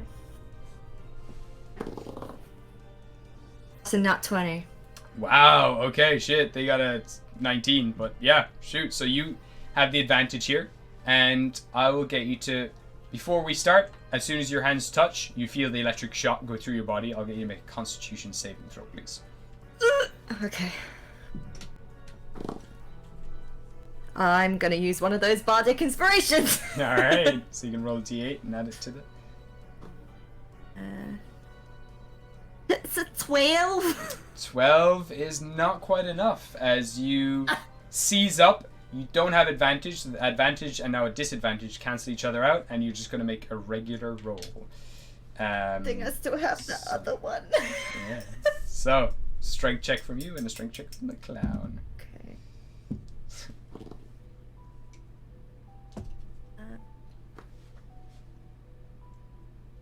It's 4. That's 19. 19. Okay. So, you immediately take the initiative. The clown's almost kind of a little bit complacent here, just kind of relaxing, but you kind of take the clown by surprise, and immediately as you push into the clown's hand, you feel the shock, but you still like push through, and the clown, because they kind of had let the guard down completely, just goes down to like 45 degrees, and you're winning so far. Goes in the clown's direction. For this roll, I'll get you to make another Constitution save, as the current is just going through more and more of your body. All your limbs are starting to go numb. Okay. Constitution. That was a 6. So unfortunately, your body is getting weaker and weaker. This strength check, I'm going to get you to make with a disadvantage. Okay. Oh, Boy. fuck. That was a nat 20. The clown, on both of them? Did you roll twice? Oh no, wait, 1 sec. Let me just roll again. That's not too bad actually. Wait. That's a altogether. That's a 22. Oh fuck! The clown rolled a 2, so you keep going with the same momentum that you had. Like your whole body is racked with like pain at the moment, but you just slam the clown's hand down anyway. The clown just is absolutely stunned, like wondering why you're still pushing through even though you've been electrocuted. And you just bring it down, absolutely sweating now. Your hand's really clammy. You bring it away, and your palm is slightly scorched. But you win. And the clown just stares at you like, ah, uh-oh, and it just throws down a smoke bomb, and you just watch as it kind of runs out through the smoke off in this direction. Oh my god! What a shocking revelation! He's a bitch! Oh my god, Cat. And so Quill in the background. you are given 8 tickets. You win 8 red tickets. So it's pretty good, it's pretty good. And he kind of leans in close. I know he was actually cheating, but you know, these clowns, you know, like, you want them on your side. Just gonna say nothing, just kind of shaking my scorched hand, just glaring at him. Just disappointed. Disappointed mum.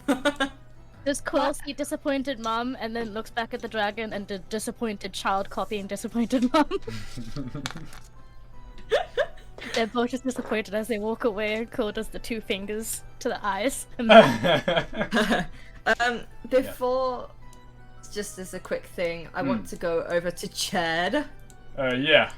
Hey, how's it going? He's just kind of got like half his arm attached now, and he's trying to get the other half. And the dwarf is kind of looking at it, tinkering it with him. Sorry about breaking your arm. I didn't mean to. Just. Oh no, you people kind of seem a little stronger here than back home where I'm from. Like we got enhancements and all that, but you just did that with your regular arm. It's pretty. Yeah. It's pretty impressive. Here, and I'll give him 4 tickets. Oh, right. Well, thank you. Okay. Cheers. Okay. Pocket some. Yeah, if you need any, I don't know, any help getting around, I've been around here for a few days, so I can try to help as best I can. Oh, I guess some information would be good, I think. Yeah, I mean, I've started noticing, like, this dwarf over here. I was chatting to you yesterday, and he's like, yeah, he's just nodding, the dwarf. And your armor was definitely not covered in like frosting. And this shoulder pad here, that was not like a gobstopper. Things are changing here, and the longer I stay here, I'll show you, and he kind of pulls up his top to show you like where his ribs are, and like his skin is starting to go kind of like pasty white. Like I don't know what this is, but it's starting to kind of grow here as well. And he kind of shows you the side of his neck, and it's like more white, kind of like it looks like it's covered in grease paint. Right. And I don't know. I feel like I need to get out of here. The longer I stay here, the weirder things get. But you know, the more fun I'm having, I'm starting to enjoy it more and more. I was a bit scared when I got here, but you know, it's not that bad actually. Food's good. Shame there's only candy. I mean, I love a bit of like an apple or something. Yeah, and those clowns, they kind of run the place. They're kind of like some sort of guard. You can only get in to that other part where the rides are if you get like 10 tickets. You gotta get 10 tickets and you can get through. And there's bigger carnival rides there, but apparently it's all more expensive. I'm fine here with food, honestly.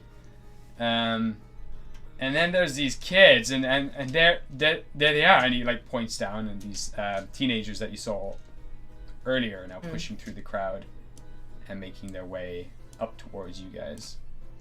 Yeah, they're bad. They're bad. I don't like them. They're a bad just time. the people here are just children. I don't understand how.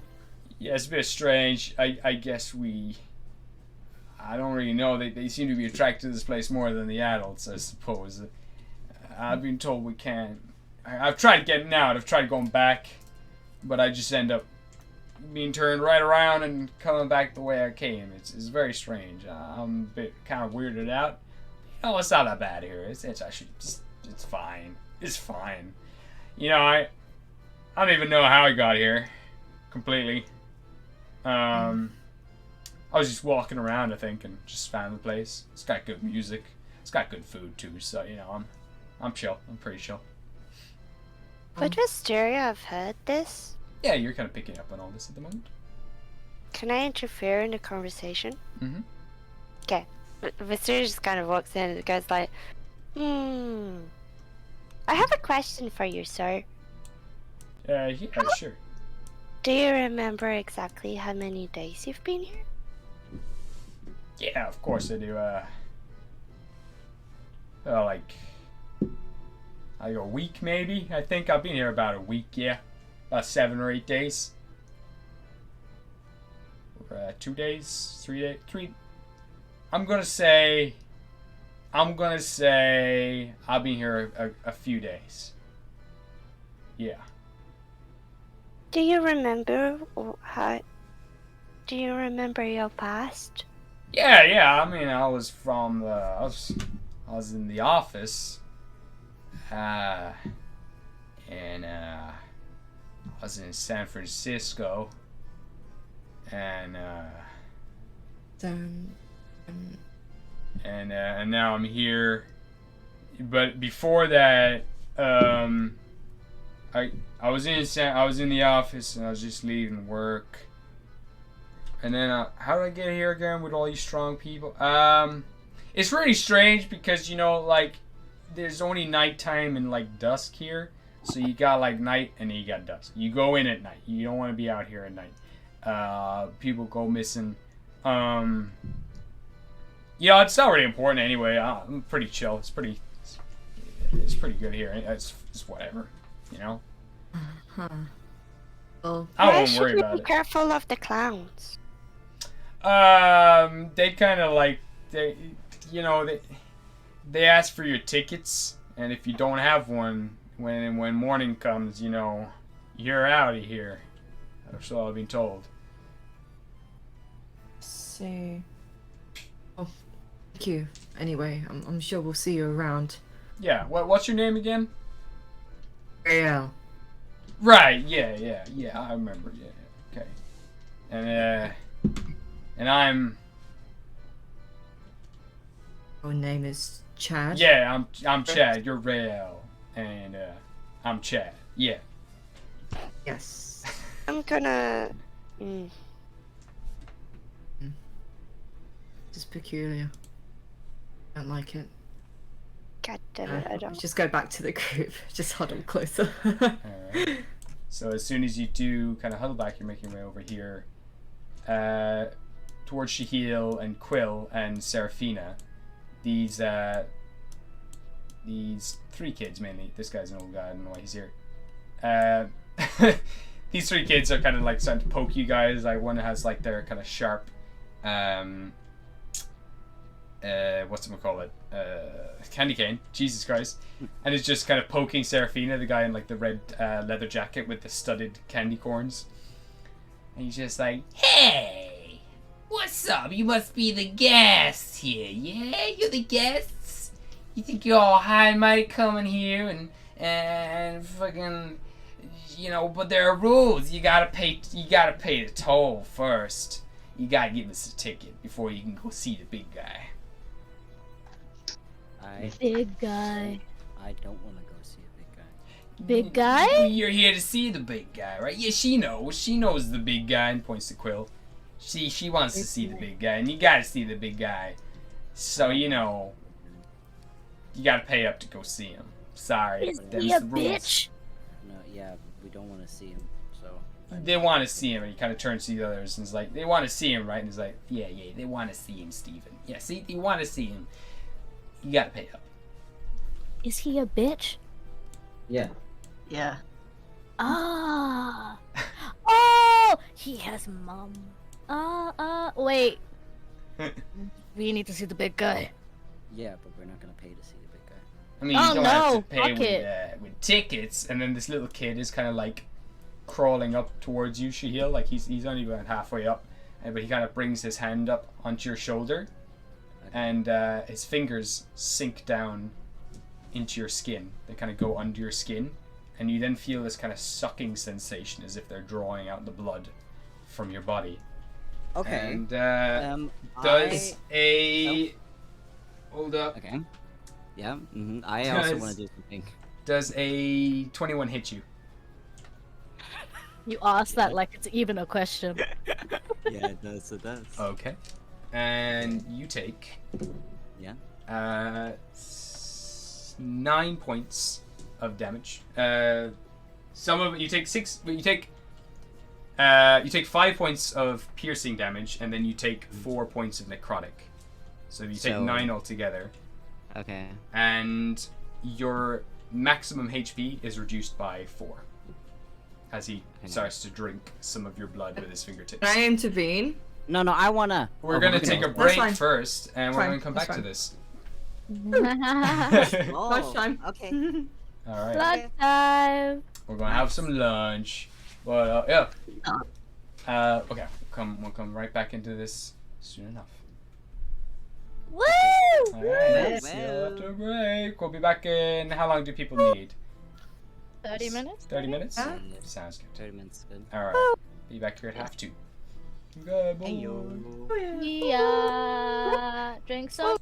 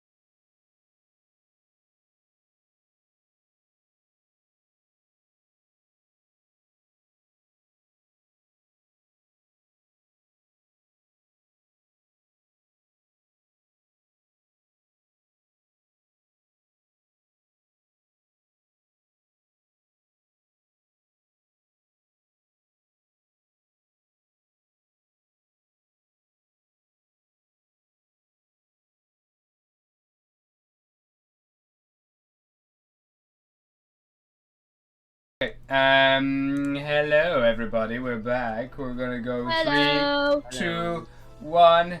Let's go. Woohoo! So, mix of blood. Last time we left the PB Rebellium. You guys have made your way into Revelia, the circus town, the circus city, and you're now currently in the area of the Jamboree.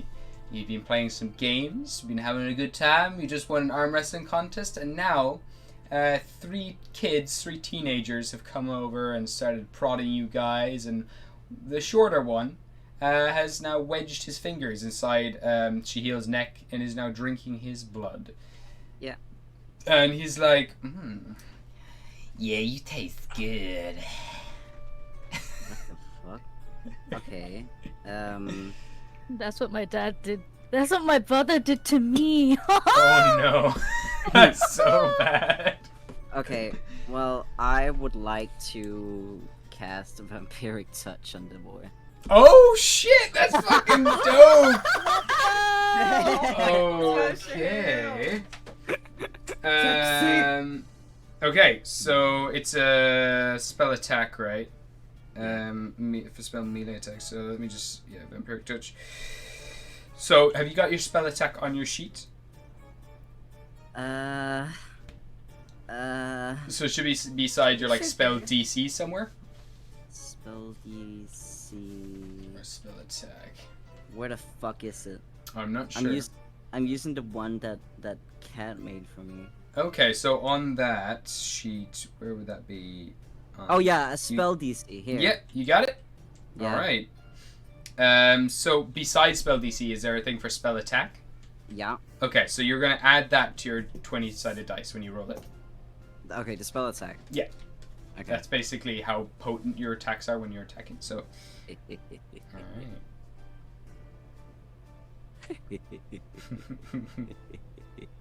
That is a 18. All right, that's gonna hit as you Yeah. also jab your fingers inside of him. So you're both fingering each other. And I'll get you to roll 3d6 for your necrotic damage. Yes. There it is. D6, yeah? Yeah. Okay. Okay, let me just have my thingy ready. How are you gonna flavor this as well? Because what happens basically is you're, whenever you touch someone now, you can do necrotic damage to them for a minute. So it changes your hand somewhat. So your hand becomes like this necrotic vacuum which sucks up life from other creatures. Is there any way you want to flavor that, or you don't have to? You just stick your hand in people. No. Shit. So. Would his hand like? Would it change appearance? Or? If you wanted to, you don't have to. I was just asking mainly if you had an idea on how you wanted to flavor the spell. Otherwise, I can just do some stuff. I do. Okay. So his hand is gonna turn it's gonna turn color. It's gonna turn from his the dark purple to a white human hand, kind of very pale with a lot of like old people when they have like moles all over their hand and shit. Nice. Yeah. It's that, and his fingers get very his fingers get very thin and kind of wrinkly, and he's just tearing it into him. Oh wow! So you just stab this old man hand into him, and as soon as this kid is kind of laughing the whole time, just like, haha, yeah, that's great. And then as soon as like he kind of brings his fingers away and kind of looks at his own hand, and he kind of looks at you, he's absolutely terrified. And then you jab your fingers into him. Roll me 3d6 for the damage. I did 15. 15. Okay. So you begin to get a taste of this guy's blood, basically, or absorb his life force. However, it's not as potent as it should be. This guy seems to resist it somewhat, so it only does half damage, which means then you take half of the damage you dealt to him. So because he only basically you're taking half of that half. You kind of heal that much. So you heal by 3 hit points. Okay, I healed by 3. Grand. Yeah. So you jab this into him. You start drinking this guy's blood or this life force, whatever's inside it. It kind of tastes sickly sweet. You don't get a taste of it, but you get a sense of it. There's like something that once was cute and lovely about this creature and their energy and everything else, but as you start to drink this, there is something off. It's like a soured flavor to it, like a slightly rotten apple, something that's not. It's just rotten. Okay. Does anyone else want to do anything at the moment? Do I still have my hand in him? Like, Yeah, you've just stuck your It's to fingers know. into him. I don't know where you've stuck them, but Okay. he's gonna give out a little bit of a yelp as Yeah. you do. Can I have like stuck the, you know, like how you like grab like forcefully somebody's like chin and cheeks? Oh, and you Oh. stuck him Grab into them his like that. face. Wow. Okay. Yeah. Cool. So you're just like grabbing this kid. You suck your fingers into his cheeks, and he's just like, "I'm so sorry. I didn't know. I didn't know." He's And- gonna. Oh, sorry. I was gonna just say, unless you want to do anything. Well, I just wanted him to lean down and tell the kid like, we're not paying the tickets. Okay. I didn't know who you were. And immediately another figure appears just behind him. This character is in kind of long, dark robes. It's kind of like a cardigan, like a silk black cardigan with no sleeves that comes way down to his knees. He's also got a hood at the back, which is thrown over his head. He wears just a simple white porcelain mask over his face, but you can see also coming along the sides are these long locks of straight raven black hair that comes down to like his chest. He also wears a black vest underneath that's covered in pockets and straps, and inside some of them you see like a harmonica in one of the straps. There's like clackers in another one. There's all these kind of small little instruments all over his chest. He's also got very long baggy black pants as well, and on his back he has a lute, or a lyre actually. And he just immediately, as you're holding this kid, he grabs it by the hair and throws him down onto the ground, and just kind of stamps on his face, like stamping into the dirt. Okay. Unless you want to do anything else here. No, Shahil is just kind of stare. Like he wanted to teach the kid a lesson, definitely, but he didn't want the kid to get beat up, so he's kind of just like in shock, kind of looking. So as soon Oh god. as soon as this character just like grabs him, throws him onto the ground, and kind of leans down towards him, the kid's just kind of like shaking, just like, "That was the one!" And he's like, "That was the one." And he kind of looks back to the rest of you and bows, and he says, "Hello, my name is Orpheus. Welcome to Rebellium. I'm sure you're eager to meet the big man. Here, let me guide you to your room, and we'll talk about things in the morning. I'll bring you right to him, and all will be well. I apologize for this imbecile. He will be severely punished by my master." He's just a child. Oh yes, but he knew who you were, and he will not make that mistake again. You will not be making any mistakes ever again, will you? And he's just kind of whimpering, just kind of crying, just like, "No, no, no, no, no, no." Maybe Right. he's my brother. Guys, does he look similar to me? Cool. Is this not the time to I'll give you find an lost inspiration relatives? for the Yay! nostalgia that you're experiencing. So this man, he's about the same size as Yushihil, and he bows and he apologizes. Very, very sorry again. Would you like to get a room? You must be tired from all the traveling you've been doing, traveling all up and down the Vale, all over. But you're finally here. Finally made it. I'm sure you're very eager to meet him. We've been hearing talk that this place has been expecting us, but don't understand why. All will be explained soon enough. And I'm sure you know yourselves why you're here. You obviously do, and he indicates to Shihil. And yourself, the little one, Quill, I believe. You are here to see your father, and everything will be arranged. Not to worry. Dad's here? Yes, of course. He was like here in 10 different places all at once, so I don't know how many dads I have at this point. You see this man kind of squat down to your level, and he investigates your arm and tweaks it left and right, and he kind of lifts your chin and looks at you, tilting your head to the left and the right, and he kind of stands up and dusts himself off, and he says, "We'll get that sorted too. We'll get it amputated in the morning if you like. I can see it's messing with your head a little bit. You may have don't worry, we'll get it sorted out, not to worry. Would you like to follow me? Any questions?" You're oddly nice for someone who's trying to kill us. I'm not at all. You're our guests. Last time we were guests, we were lied to. A lot. I can assure you that won't happen here. Can I insight check Orpheus? You can. I'm going to use guidance on Rael. Sure thing. You will make Can it. I roll a perception check just to check what he has on him? You Wait, can. You can make a perception check.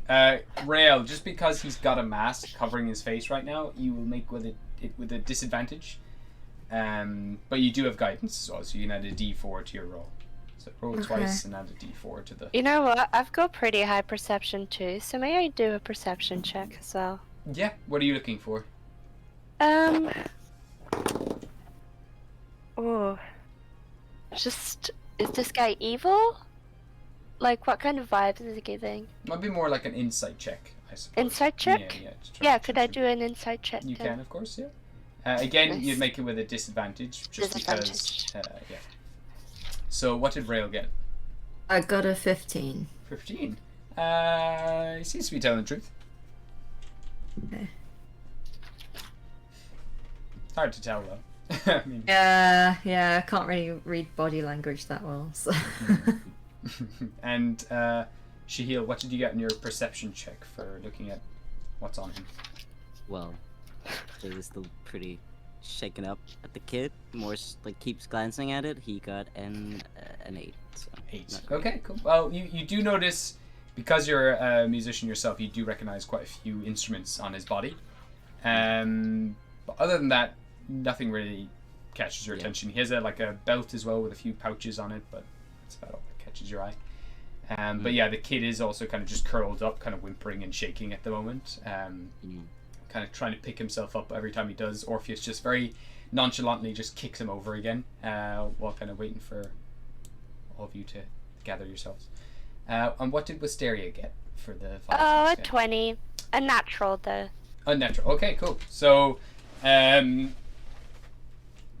you get the sense this guy is being very polite, he's being very happy, but there is obviously this coldness, this kind of, you can tell just from the way he treats this guy, as if he's like, doesn't even exist, a little child on the ground. It's as if there doesn't seem to be any malice in his acts. He just seems to be very much like, this guy deserves this is how I should treat him right now. And it's strange, it's weird, it's not like there's any real evil to him necessarily. It's hard. Let me think. Actually, you know what? There's like on the surface level, you get the sense like he's very polite and he is a bit strange. And then you look a little deeper, at different kind of like tweaks in his body, in his little ways, like the way his hand kind of keeps opening and closing and kind of twitching a little bit. It's something you've seen in certain people before, if they're kind of relishing in something a little bit or seeming patient, or I'm trying to figure out how to say this without giving away too much, but also giving the right amount for what you rolled. and for what he rolled. I'm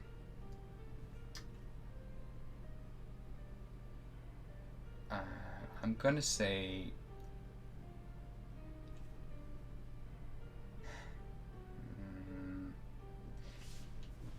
This is a character who.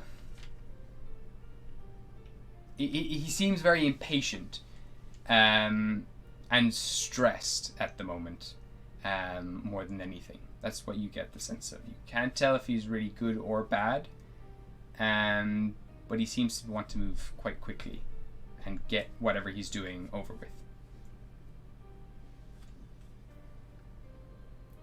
I'm gonna use fast friends on him. Oh, fast friends? Yes. Okay. It's a spell, is it? Yes. I don't know that one. I'm gonna just look it up quickly. I think it's called fast friends. Yeah. Yes, it is. So when you need to make sure something gets done, you can't Let me rely on check. vague clauses. When you cast a spell, choose a human or creature within range. Okay. I'll become charmed for you. Okay. While this creature is charmed this way, it understands, performs services, activities. Okay. Wait, can fast friends answer questions, or is it just purely activities? I'm just reading it now. Previous task. I'm sure they can ask questions as well. I don't see why they wouldn't. They're basically there to help you out as best they can. Nice. Okay, I would like to try to perform fast friends. All right, so it's gonna make a wisdom saving throw. All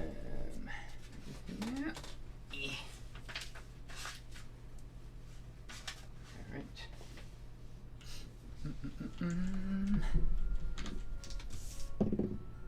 All right, so that is a 23 on the wisdom saving throw. Would it have to be? Do I have to roll one too? No, it's against your spell DC.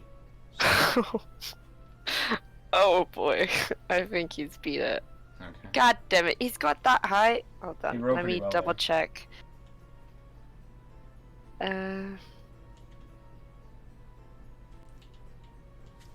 How do you work out your spell DC again? Well, it's your wisdom modifier plus 8 plus your proficiency. It should just be there on your sheet, I'd say. Yeah, no, I thought maybe like it was wrong, but it's not.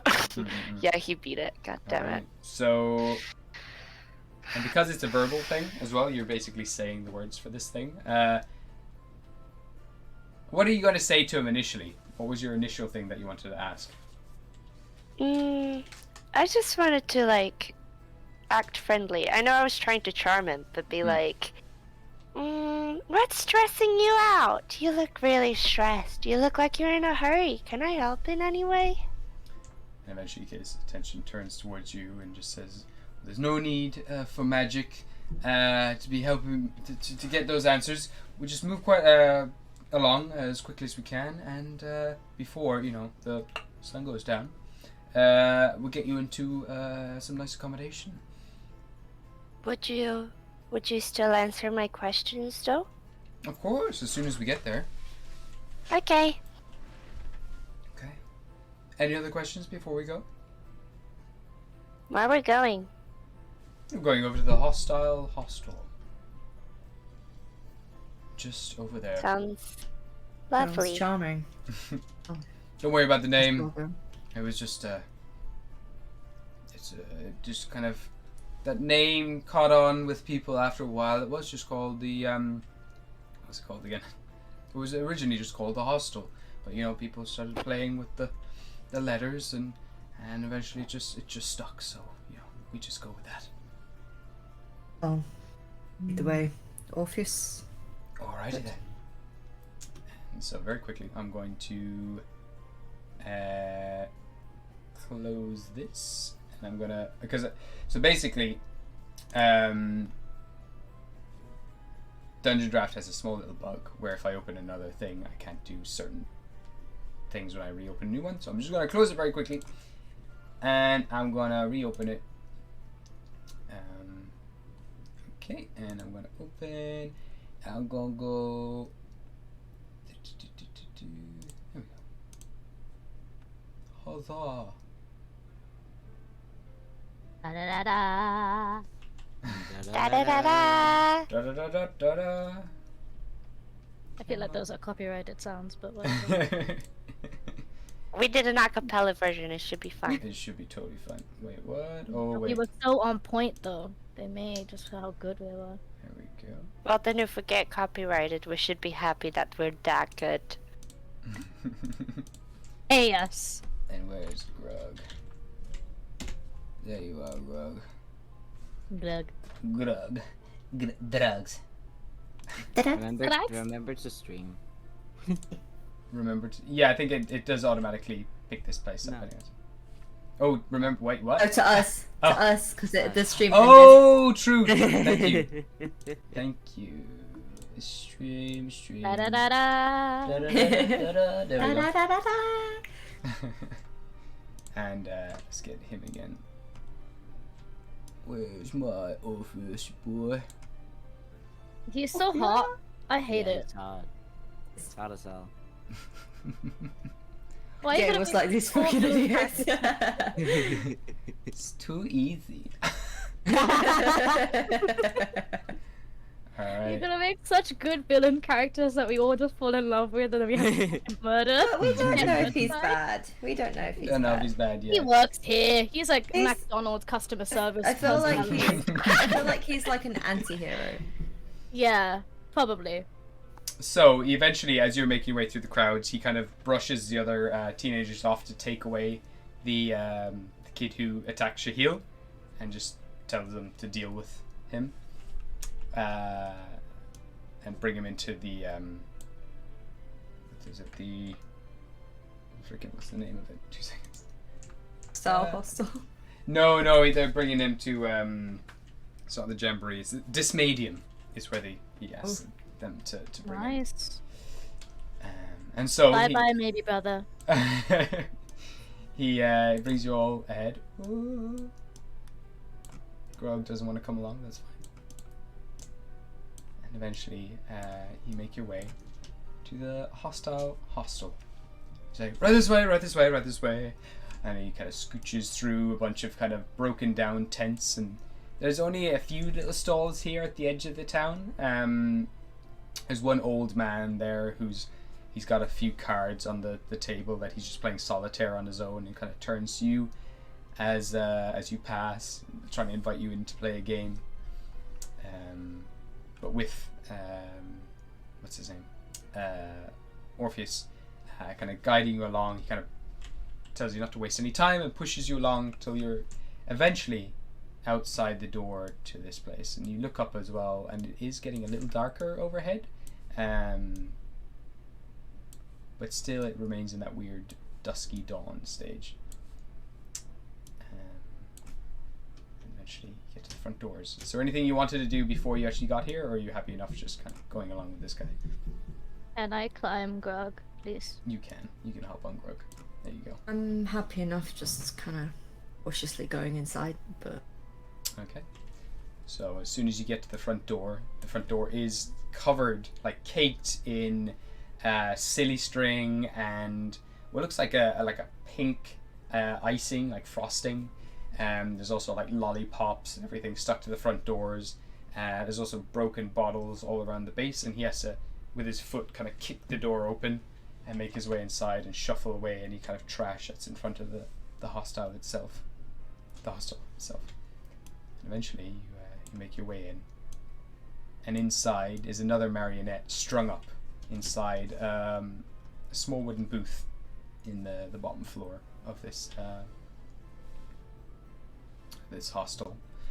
Cards and everything all over the place, and all these kind of bells keep ringing all around him, and he kind of picks up all these little phones and starts speaking into the mic. It's like, yes, I know, we're getting on top of it, have you found anything there in that room? No? Okay, alright, fine. Alright, everybody. And then eventually Orpheus comes in and he just slams down all the phones, this little marionette, and its head kind of tilts to the side and it sighs with an expressionless face.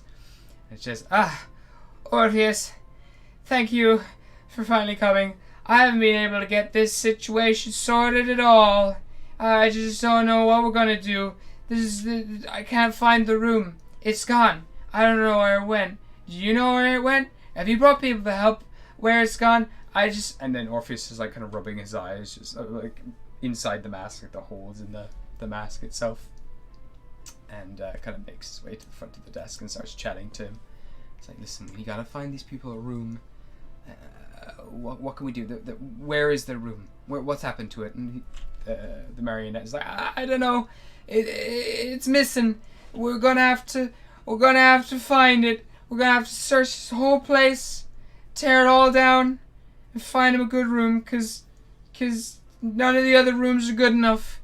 The big man said so. We gotta get him room number 9, and room number 9's gone. So let's work together and find the room. And so he eventually kind of becomes lifeless again and does another kind of sigh as he becomes lifeless, just and just flops onto his chair. And eventually Orpheus kind of turns to you guys, turning around, kind of rubbing the back of his neck, like a little embarrassed, and kind of runs his finger along the dusty counter, kind of playing it with his fingers. And eventually, after a little while, just says, kind of in a little bit of an embarrassed tone, just like, I'm terribly sorry. It seems as though your room is not prepared, and we're going to have to go find it. I am going to go and try to search for it around the town, but the little man here, little guy at the door, he's going to give you some keys, and he's going to, you're going to search the rooms for your room, and I'm going to search the rest of Revellia. We're going to split up, we're going to find this room. You're looking for room number 9. Can't find it anywhere, but if you can find it, that's going to be great. I'm going to see if anyone's run off with it. I'm very sorry. This is a terrible introduction. This is very embarrassing. I am so sorry, Shahil. I really am. This must be I know you're used to better standards than this, but we will find your room, not to worry. Right. I'm off. I'm gonna scooch past all of you here. Wait. Yes? But it's almost night. Oh, I'll be fine. It's you that I'm worried about. Why He works here, won't? so if anything tries to kill him, it's not allowed. But Bingo. Chad. Exactly. It's home. Chad will probably find a tent for himself or a wagon to hide under. You promise you'll be okay? Absolutely. And he does You've got another bow. answers. You've got questions to answer later. I do. We'll find this room and I'll answer all the questions you like. My pleasure. Can we help? Yes, you can absolutely help by finding the room here. I'm going to find it outside. It's too dangerous for you right now. Do not leave. You will potentially die, and that's on me. So, you stay here. I'll be right back. And eventually he opens the door behind him, and it is pitch black outside. There's no lights. There's no moonlight or anything. It's just pitch black, except for the lights from the light bulbs all around him. And I'll just change that environment to lighting. Actually, wait, no. I'll undo that. I'll do it for... Oh, I can't. God damn it. Hold up. I gotta do it on this layer. Hold up. Bear with me. We're bearing with you. Don't you worry. There we Holy go. shit.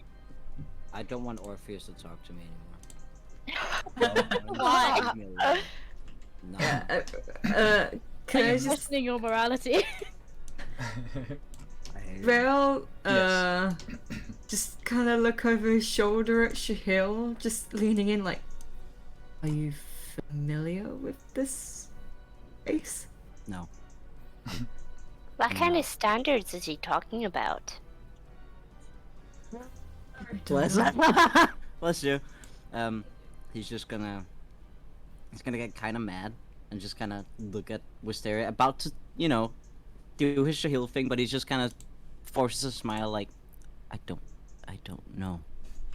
So, let's just not talk about it. While they're having that Okay. emotional moment, Claw's gonna bump past and excuse me, and gonna get the keys. Let's go on the room hunt! Alright. I want a bed. Just to say, Serafina, as you do see that last bit of sunlight just disappear into total blackness, I'll get you to make another Constitution saving throw, please. Oh no! Is she like Superman? She's powered by the sun?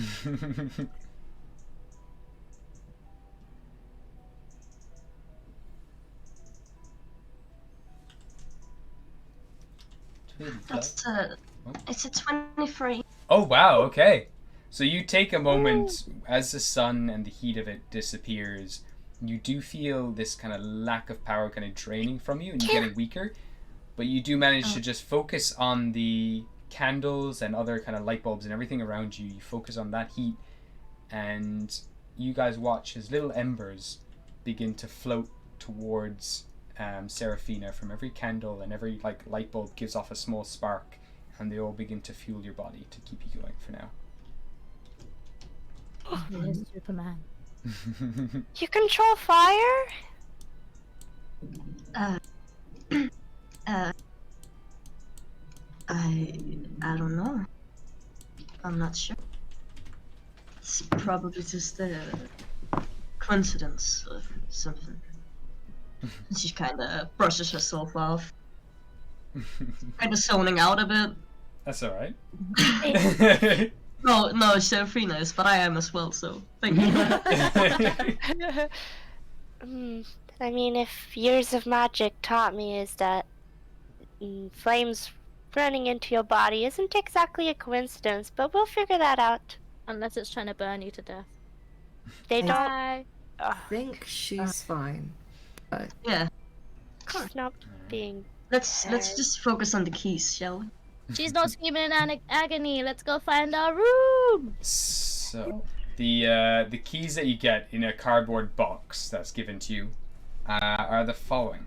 So you have there's a bunch of birthday hats, like little paper birthday hats, all stuck together, like piled on top of each other with a little elastic string. That's one key you have. Inside as well, the box, there's a bunch of green tickets and one gold ticket. There's enough tickets in there for everyone, and there's enough birthday hats in there for everyone. There is also an ebony handled axe with an ivory blade.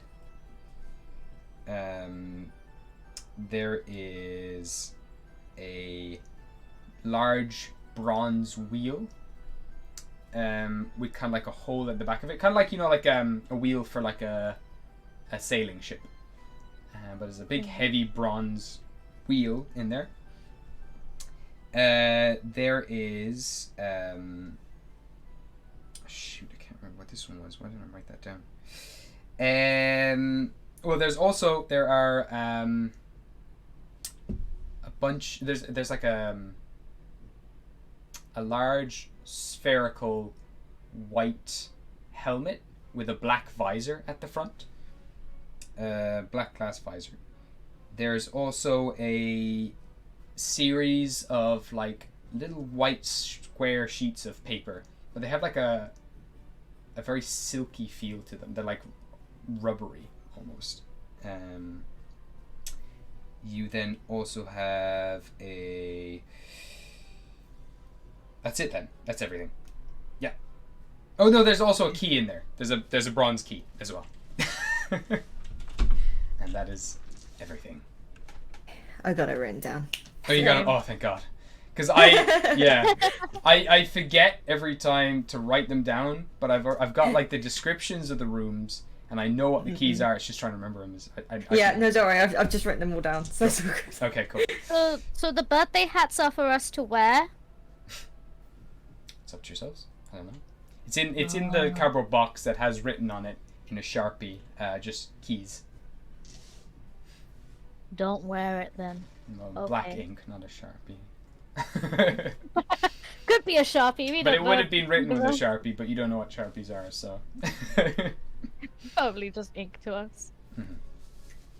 Okay, and then just behind this individual there is a spiral staircase off in the dark. Cole's gonna march up to the stairs with the box. Let's go! Alright, off you go. Cool. Just for the sake of this, I will say the frogs are safe in the wagon. Sick. Cool. Alright. Up you go. Let me see here. I'm comparing it to the first floor. There we go. Oh no! Everybody close your eyes. These should have roofs on them. Closing! I'm not. I'm just looking. Never mind, I'll open them again. Oh man. Why ain't they got roofs? It's fine. I can do this. It's okay. If it's not described, it doesn't exist. You'll never know anything. Oh, that one has a roof. What is... Oh, because this is from the Eagle Bottoms game. They already have... Okay, that's fine. Whatever. My bad. I thought this was a new file. Okay. So you get up the first floor. This thing keeps going up as well. The spiral staircases continue up more and more. But in this hallway, the first hallway that you get to... I'll get rid of these frogs. Sorry, froggies. There is one door that is caked in more of that frosting, and other kind of treats and everything are stuck onto it, and there's a bunch of confetti and candy just below this door. There is no handle on this door. There is just it's just a door. You've also got instead of a doorway, it is just a bunch of tangled vines and branches and thorns that block the entrance completely. But beyond that, you can hear just the faint sounds of like crickets or cicadas. And then finally, on the bottom right here, there is a glass ticket booth with a small little window at the bottom, like that's open. And inside the ticket booth is like a caduceus. You know, the kind of guys in the sides of it's like a puppet, you know, like a marionette again. You like the those guys who tell you, they tell your fortune and they give you a reading. Like you can see them on the streets sometimes. They don't really have them anymore, but they have some of them in like the States and stuff. But Yeah, they have loads in Brighton. Oh, nice, sweet. And this one has a red fez, on it, and it's kind of wearing like a red. What are the people who like take your car, like a chauffeur? Mm-hmm. It's got like a red chauffeur kind of jacket on, like with gold buttons, and it's there sitting lifeless at the moment. What would you like to do? You can always continue upstairs if there's nothing here that you want to investigate. I'm gonna try put on a hat, the birthday hat. Okay. As soon as you put on the birthday hat, just beside you, the door to the right, you hear a click. Oh, Rael, take the axe and hit the vines. Take it. Sure. I'll pick up the axe. Okay. You're gonna start hitting the vines. Bit unsure, but we'll try. As soon as you start chopping through the vines, it's kind of like chopping through butter. This axe just cuts through them with so much ease, and they all just start falling apart as you do cut through the door, revealing this room. They are keys.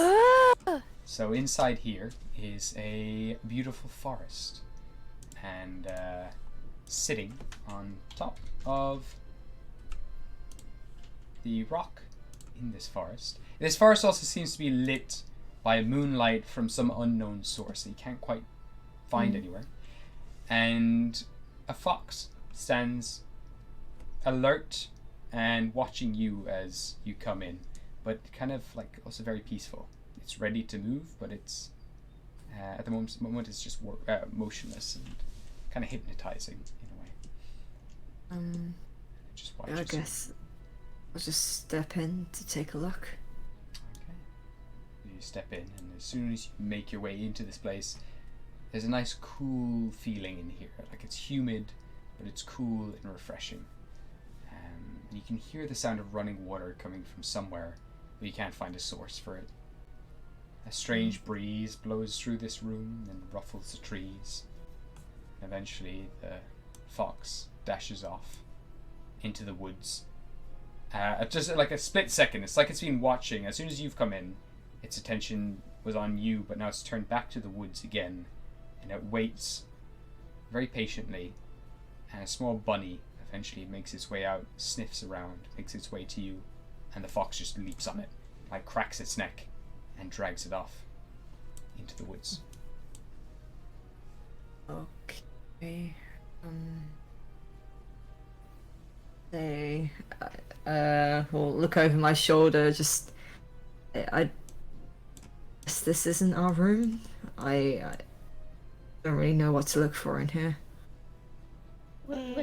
Wisteria. Yes? That glass thingy over there. Glass thingy over there, got it. Check it. What about it? I think I have tickets. Do you want to use the green ticket? See what that does? Sure. So you hand Wisteria. There are 1, 2, 3, 4, 5. There are 5 green tickets and 1 gold ticket in the pile. And I don't know what they're for. They all have the show written on them, but the gold one says VIP. 1, 2, 3, 4, 5, and a gold. Mm. Oh no, maybe not. I have a feeling if I grab the VIP one, I'm gonna be part of the show, so I'm gonna grab the green one. Okay, so as soon as you make your way over to the ticket booth, the Caduceus kind of character comes to life, and it just says, you kind of hear the sounds of like mechanisms whirring inside it, and it just says, "Hello, welcome to the show. Tickets, please." I got a green one.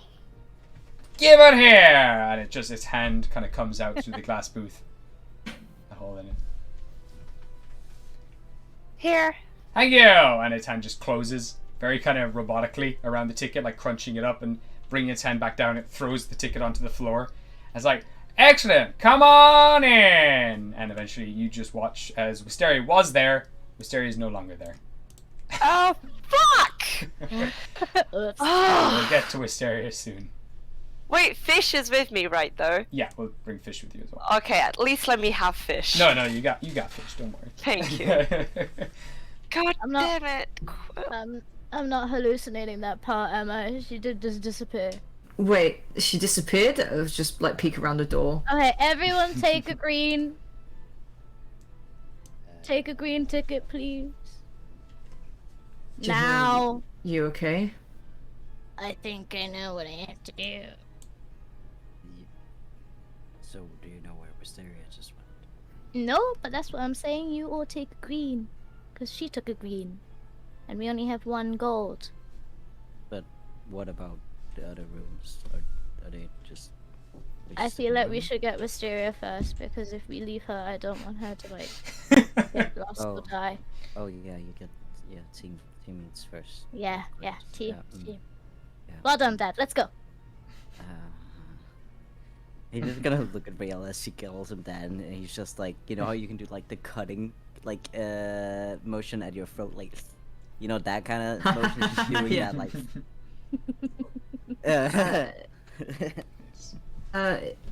Just can I have a ticket? Let's just see what happens. I'll give them all the greens, and I'll make sure to keep the gold, just in case something happens to them. Okay. Okay.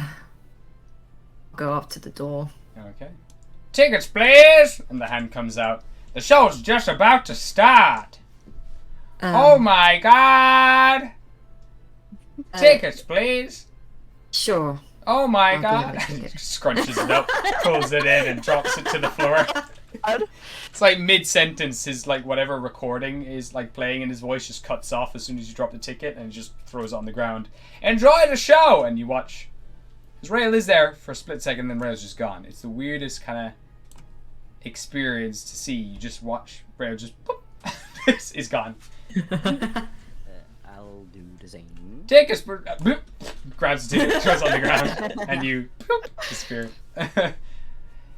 Show's about to start. Oh no! Tickets, please. I think Ev is still gone, Okay. but I would assume she's just gonna follow. Okay. She's just... Pop that in there. And Grog also gives tickets. And then immediately it pops here. And then you hear... Inside the room where you have all appeared... Actually, I'll get that now. No, first floor, please. Delete that. Oh. Oh, it's a kinky show. The red room? Oh god, it better not be. I'm 14.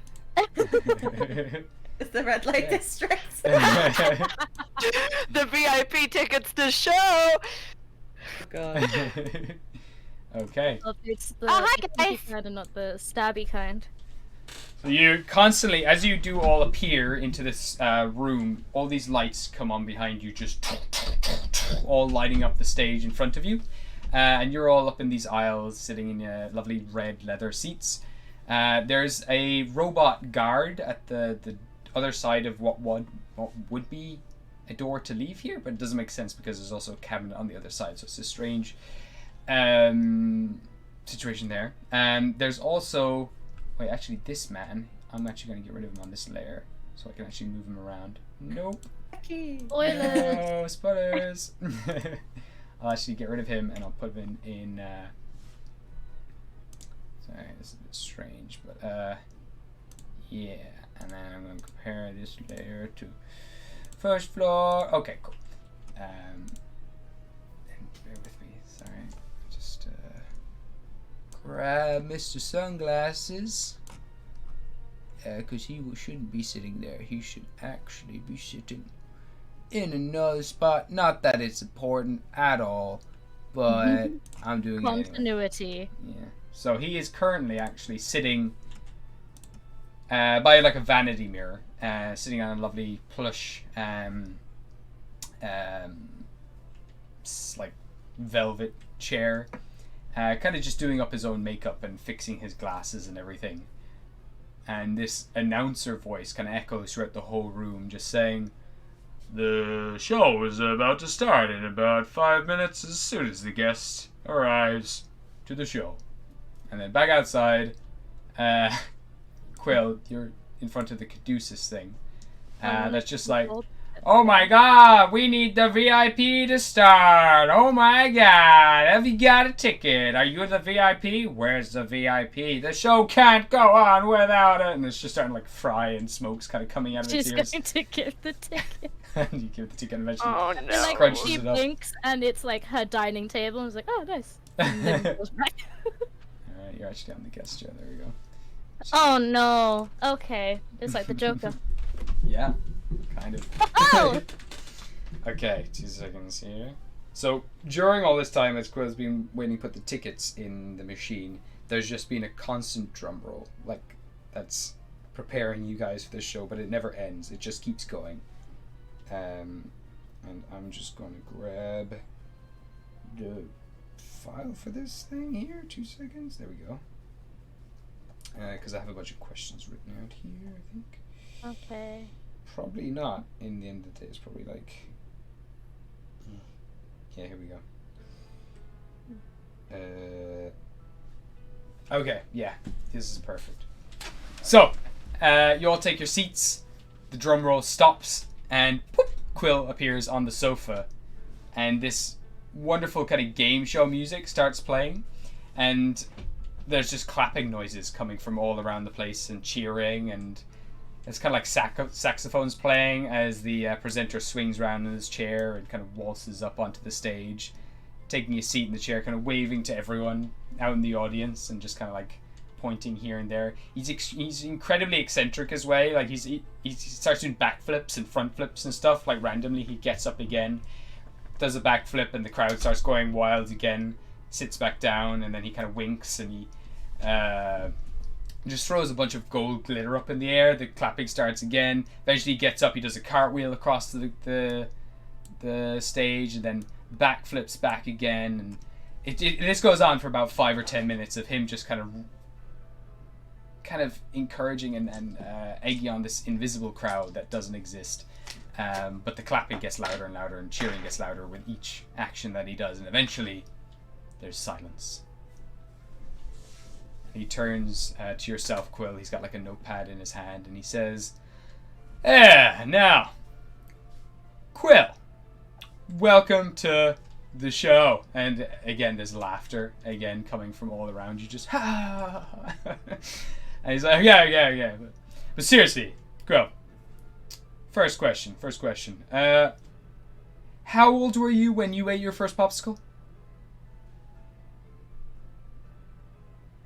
And again, there's the clapping, and there's like fireworks going off, and they explode in the air. How old was I when I ate my first popsicle? Yeah, that's what the people are here to find out, right? And he kind of turns to the crowd, and more cheering kind of comes out of nowhere. We all want to know, when did you first have your first popsicle? How old were you? Well, I haven't. And you just hear like a like all these gasps coming from all around the invisible audience. You've heard it here first, folks. Quill Zorkar has never had a popsicle.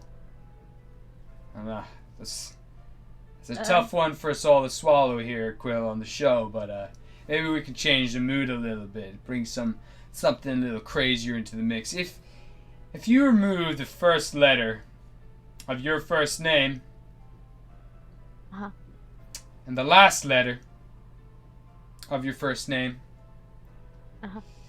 what would your name be? Uwe. There you go, folks. And then again, there's like a cheering crowd again, and he does like another backflip.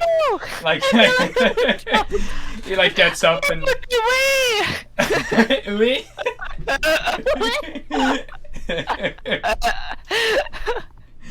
And again, he kind of runs up the wall and does a backflip again, and then does several cartwheels, and then fire comes out of his hands, and he kind of like stabilizes himself like Iron Man through the air and lands back on the chair. It's like, thank you. Okay, another one coming at you, hot one, and he just throws like a bottle towards you, and you catch it, and it's a bottle of hot sauce. All right, now, what is one color you would banish from the rainbow? Oh. There's like a ooh sound that goes through the crowd. Yellow. Yellow, color of death. Very interesting. You heard it here, folks. And he does another like 5 cartwheels, and his head kind of like does a 360 turn, and he starts doing like finger guns, and like slugs come out of his fingers, and then he eventually like collapses back down onto the chair. Now, you've been great this whole night, Quill. Absolutely fantastic. But final question. We're getting pretty real here. If you could go back in time and change one thing, what would that thing be?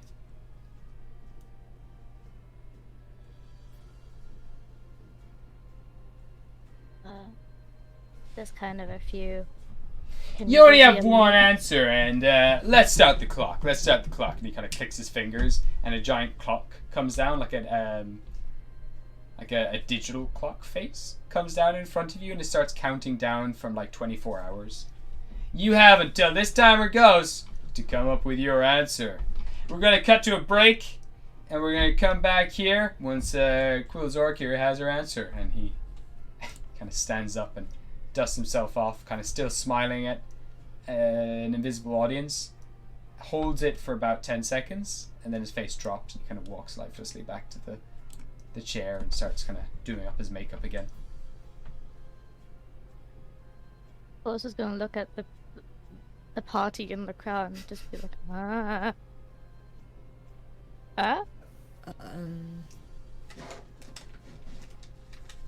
Are we like glued to our seats, or can we get up and move? You can get up and move. I think we should try and get out. This is more than strange. And we're back! And he does like a bunch of flips and stuff and cartwheels back onto the stage. And the music starts picking up again.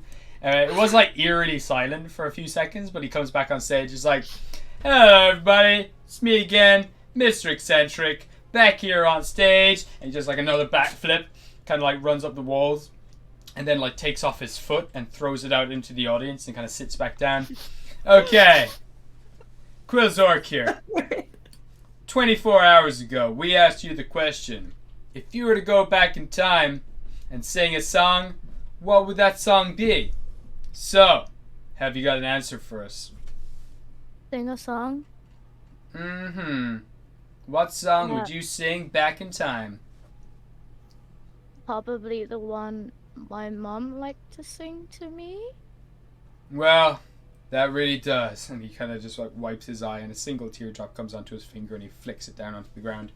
Make me cry. Well, thanks so very much for coming, everybody. It's been a very emotional evening. Thank you to Quillzork for coming here. And we'll see you all next time. And he just continues staring for about a whole minute. And then she drops his expression and walks over to the stool. Thank you very much. He kind of turns over towards you and kind of like waves to you. I was like, there you go. You can leave now. Thank you.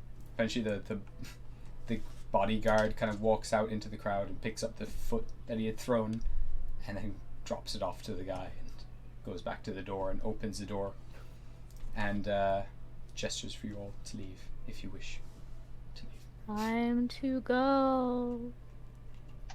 What happened? You know, don't really like it. Time to go. Really good Yeah. show. Thank you. Thank you for joining Mr. Eccentric's show. He's very eccentric. We love how eccentric He's so eccentric. I don't remember yellow being the color of death. Thank you for joining the show. Thank you for joining Mr. Eccentric's show. We hope you enjoyed the show. Thank you for being so Mr. Eccentric. Mr. Eccentric. Thank you. And he says this to everyone. He goes and thanks them all for coming to Mr. Eccentric's show as each one of you leave. Has it actually been 24 hours? You don't know. Probably not. Doesn't feel like it has anyway. No, she's still in a daze from the mania, so I doubt it.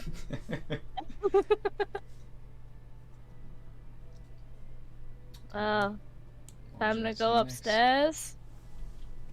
Okay. Yeah, Let's go. let's find just number check out the 9. rest of the rooms. Okay. Did you enjoy the show, Serafina? She's not gonna comment.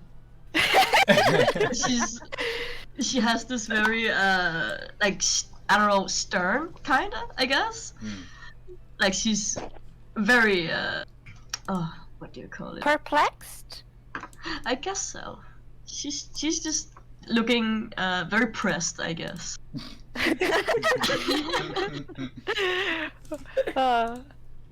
I reckon Mysterio would still be talking about the show. Let's start to talk about for the show. I just really liked when he throwed his foot. That was just really impactful for me. It's a very powerful move. really spoke You know, from the like no one volume. expected that. He just threw his foot. I didn't know foots were detachable. They're not usually. That's so cool. So you get to the second floor, and there is the first door on your right is a sheet of glass. It's just a pane of glass, but in the center of it is like an iron or like a bronze, I should say, kind of hunk of metal with a cylinder slot embedded in it. It's kind of like hollowed out in the center, like as if something could be wedged inside there.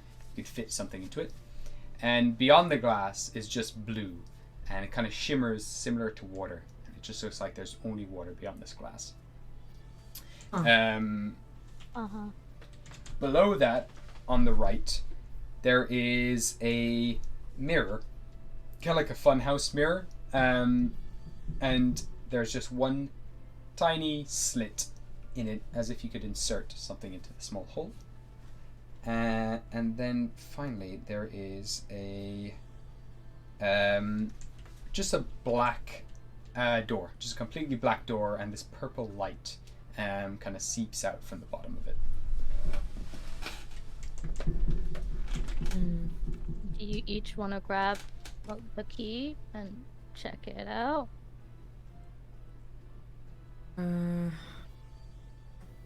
Like to go. I'll have a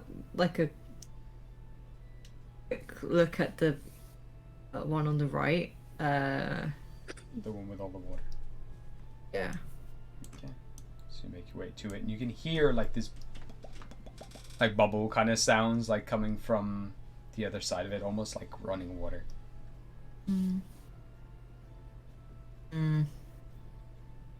Go check the glass door, like on the one below on the right.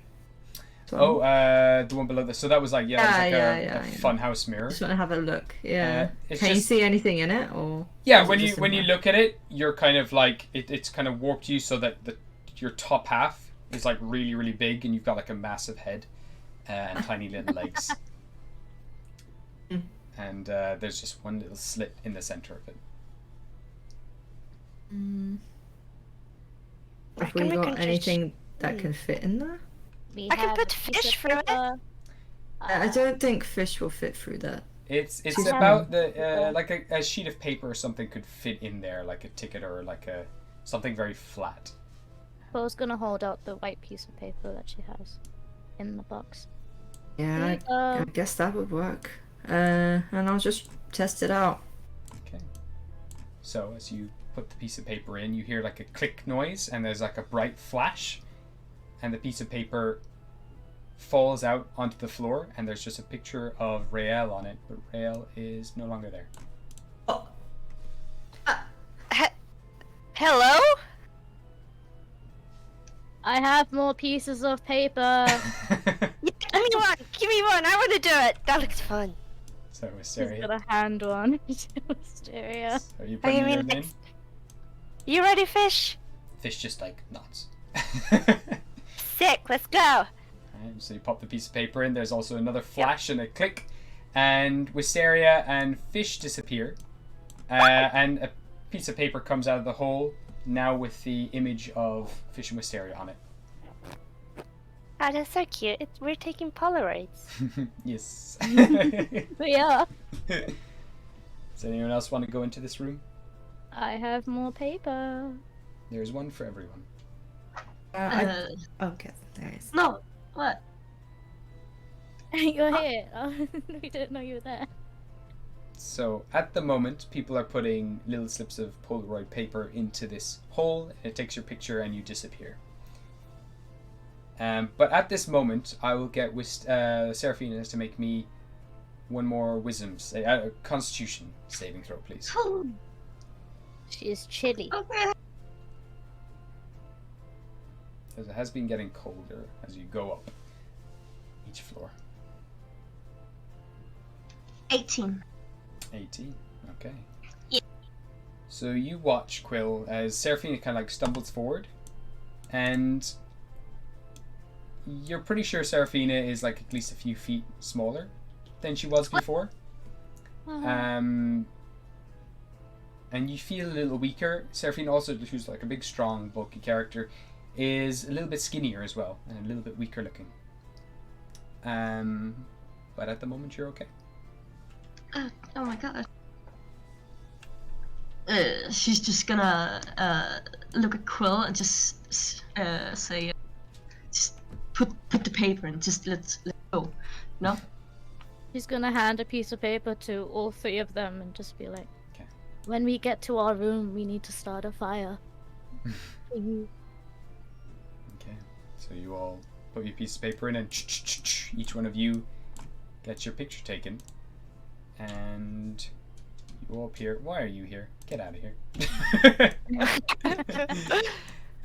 All of you now appear in a room, a square room, that is completely made up of just tiles of mirror, like mirror tiles. Some of them are different sizes. Some are really long, some are really small. And you are reflected all over the place in each mirror. but every one of you sees a different you in each mirror. Ooh.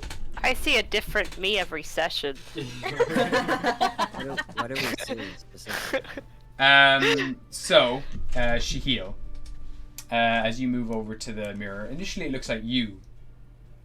But as you move closer to the mirror, your face changes, becomes paler, older. You start to grow a beard, grey beard. And you see a mustached man, very familiar face that gives you, as soon as you see it, just like all of your blood runs cold. And in his hands, cradled in his arms, wrapped in red velvet sheets, is a baby tiefling. Little purple baby tiefling. Okay. Shahil is gonna just instantly hit the reflection, just with all his might. And as soon as you punch it, give me a strength check. Yeah. Straight roll. Lol. Oh, 3. okay, so you just, there's like your knuckle bursts on the glass and just there's a splatter of blood. And at the back of your head, you hear this echoing voice just, "Oh, Shahil! Don't you want to know where you come from? Don't you want to know who I am?" And in the reflection, this shadowy figure kind of is just behind the old man, just placing its hand on his shoulder and giving it a squeeze. This is a really tall, lanky figure. And its hair, you only see the silhouette, but its hair is like billowing, kind of like clouds or smoke. Okay. And it moves closer towards the mirror. And you see this white porcelain mask staring at you. "Hello, Shahil!" Rael. Hello. As you look at your reflection in the mirror, you see a very small version of yourself, skinny, lanky kid, looks a little malfed, and in his hand, though,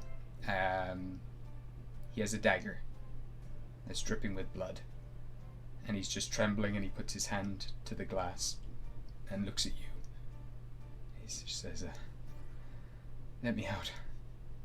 Let me out. You know you want to. Just leave me out." And he bangs on the glass, just keeps banging on the other side of the mirror. Quill. God. Actually, we'll get to Quill in a minute.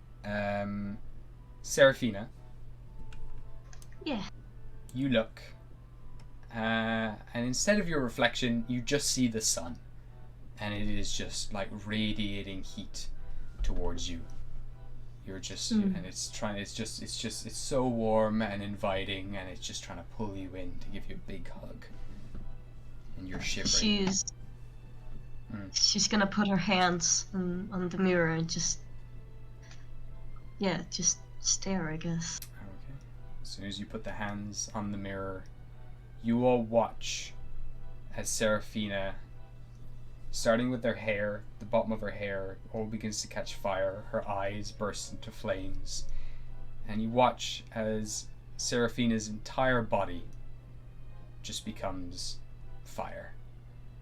And there's an explosion, and she begins to swirl around as solid flames, and her sword lifts up into the sky, and you watch as these flames then just fill the sword, causing it to light up and glow really, really hot red. It then jabs itself into the ground, and Seraphina disappears. Oh!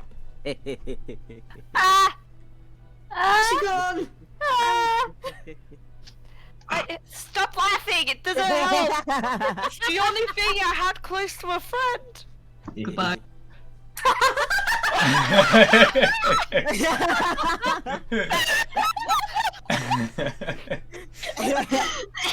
And the sword just like ding ding ding dings onto the ground. I swear to God, that made me want to punch you so fucking bad! Just a goodbye.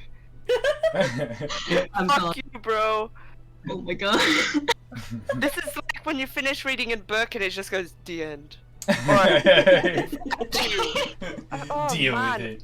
Oh, Wisteria, oh, yeah. you make your way to your own reflection, and initially it looks like you, but as you make your way closer to the reflection, the shades of pink that you normally see yourself as turn to a shade of green.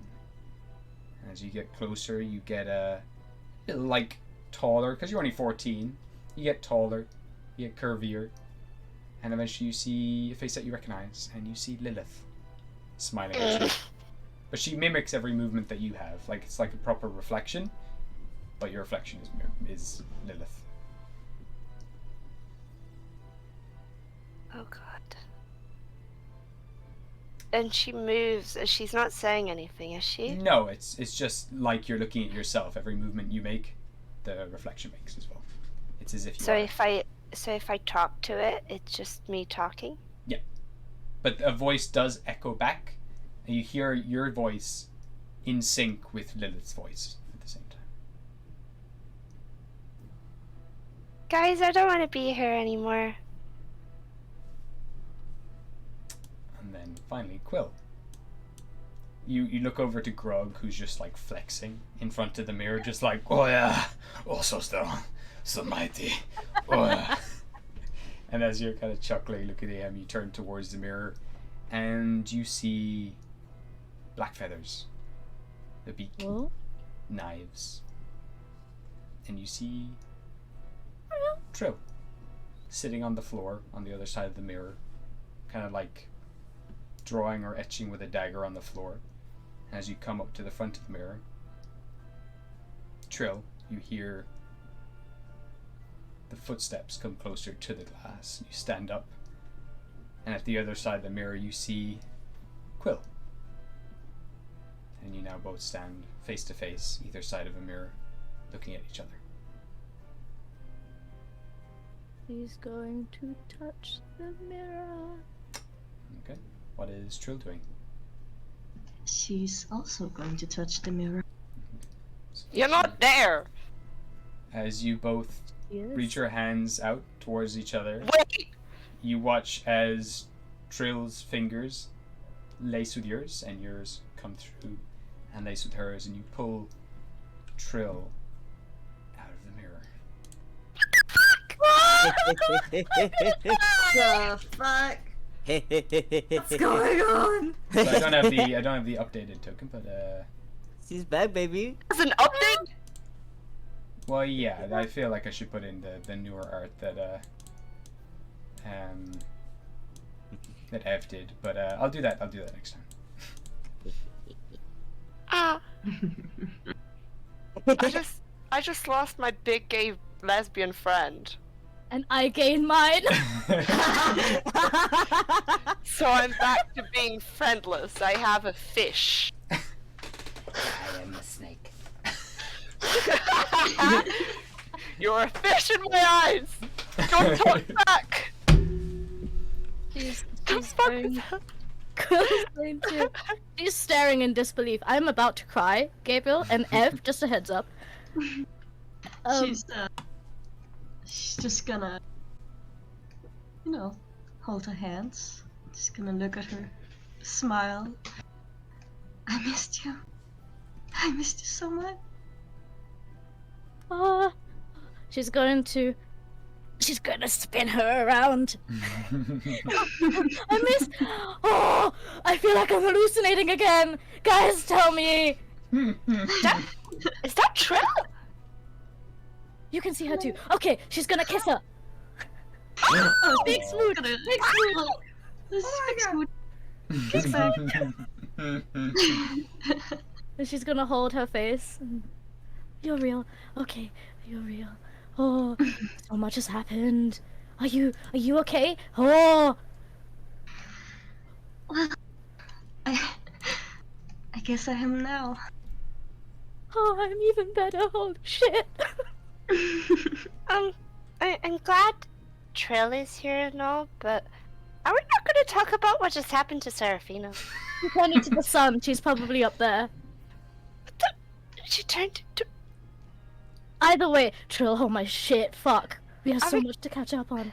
Are we going to just act like that was normal? Wisteria, you can see in the massive blade that's been left behind of Seraphina, for a moment you can see her reflection in the blade. She turned into a sword.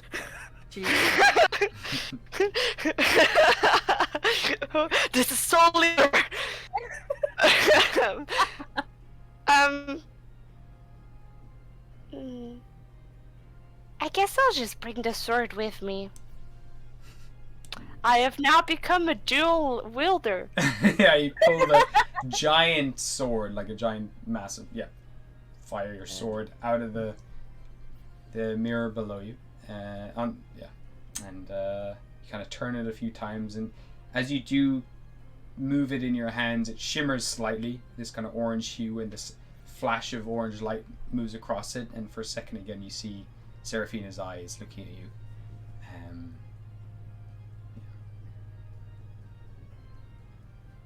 Does anyone know anything about Seraphina? Because, like, she just turned into a sword. She's the sun. She's not the sun, honey. She's a She sword. needed fire. Oh, she Anyway. needs fire? Go firebolt. Yeah, let's do this. No. Can I use firebolt No, on I the just sword? got your back. We're not setting things on fire, You please. can if you want. Yeah. As soon as you send a firebolt in, it absorbs the flame. Maybe I should. Yeah, that's better. Maybe she needs to eat. It didn't damage the sword, so that sounds like a good idea. Can I just continue using firebolt? We can say that you can, while this is all going on, you can continue to just keep just chugging, turning flames into this, throwing flames into this thing. Nice. Yes. He's still kind of hyperventilating. Yeah. Looking at the reflection, but kind of zoning out. But he hears Trill talking, and he's just gonna slowly turn around with his bloody knuckles still just kind of in the fighting position, I guess. It's just he looks at her. He's like, Trill. Oh my god, sorry, my internet. Okay. She's gonna snap her head, right over to, looking at Shahil. And she's gonna stare for a second. Not really knowing what to do, but she is gonna slowly go over to him. He is gonna. Oh, actually, his ice leg is gonna disappear. He can't hold up the concentration for it. Kinda, you know what I mean? You know what I mean? It's fair. Just turns to water. So he's gonna fall to the ground, on his knees. He's just kind of looking up, still at Troll. Just,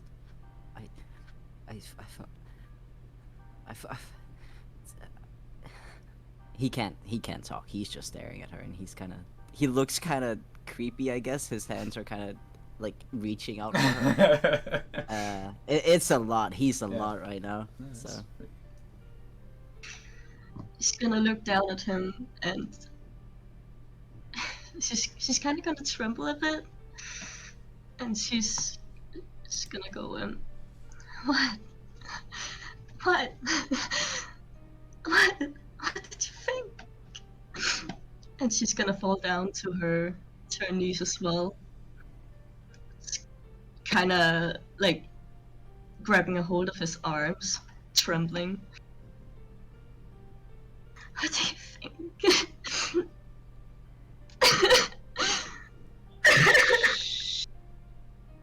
And she's gonna like pull herself into like a hug.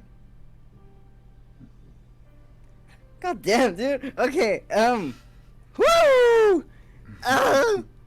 He's he's gonna just roughly like grab her back, very careful not to hurt her, but he is using some force and just kind of slamming her into him, just like a a very, very forceful hug, and just he's crying, and they're just crying. They're just being gay and stupid. Thank you. Yeah. Alright. You have all this moment together. You'll get to embrace each other, and eventually, while this is all going on, each one of your reflections fades, returns to just a regular reflection. Except yours, Rael. You continue to stare at that young little kid who just kind of is now at this stage, like, has brought the dagger like up to the glass and like bangs it on the glass, just like, let me out! Let me out! And it just keeps stabbing the glass and it begins to crack. He's just wildered to see what he looked like as a child, like how he's not even really scared of that kid breaking out of the glass. It's more just seeing truly how scrawny he was as a child. He will step a bit closer, actually. Okay. Kind of staring down at this kid that's like half his height. At this stage now, the dagger like comes through the glass slightly, just the edge comes through, and now he's just staring at you, kind of just trembling, looking up at you. He'll kneel down on the floor in front of the glass and just put his hand on it, just keeping very calm. Just with not really pitying eyes, but just sympathetic. His body kind of just sinks down as well, like letting go of the dagger. Kind of, it's both hands kind of like just moving down the glass, and eventually just brings his forehead down to the front of it. It's okay. It's okay. I'm a monster. Not a monster. No. Just a child that was doing what they needed to do. Gets better. Kind of just starts crying. Its forehead falls through the mirror onto your lap, and eventually disappears, and you just see your own reflection now staring back at you.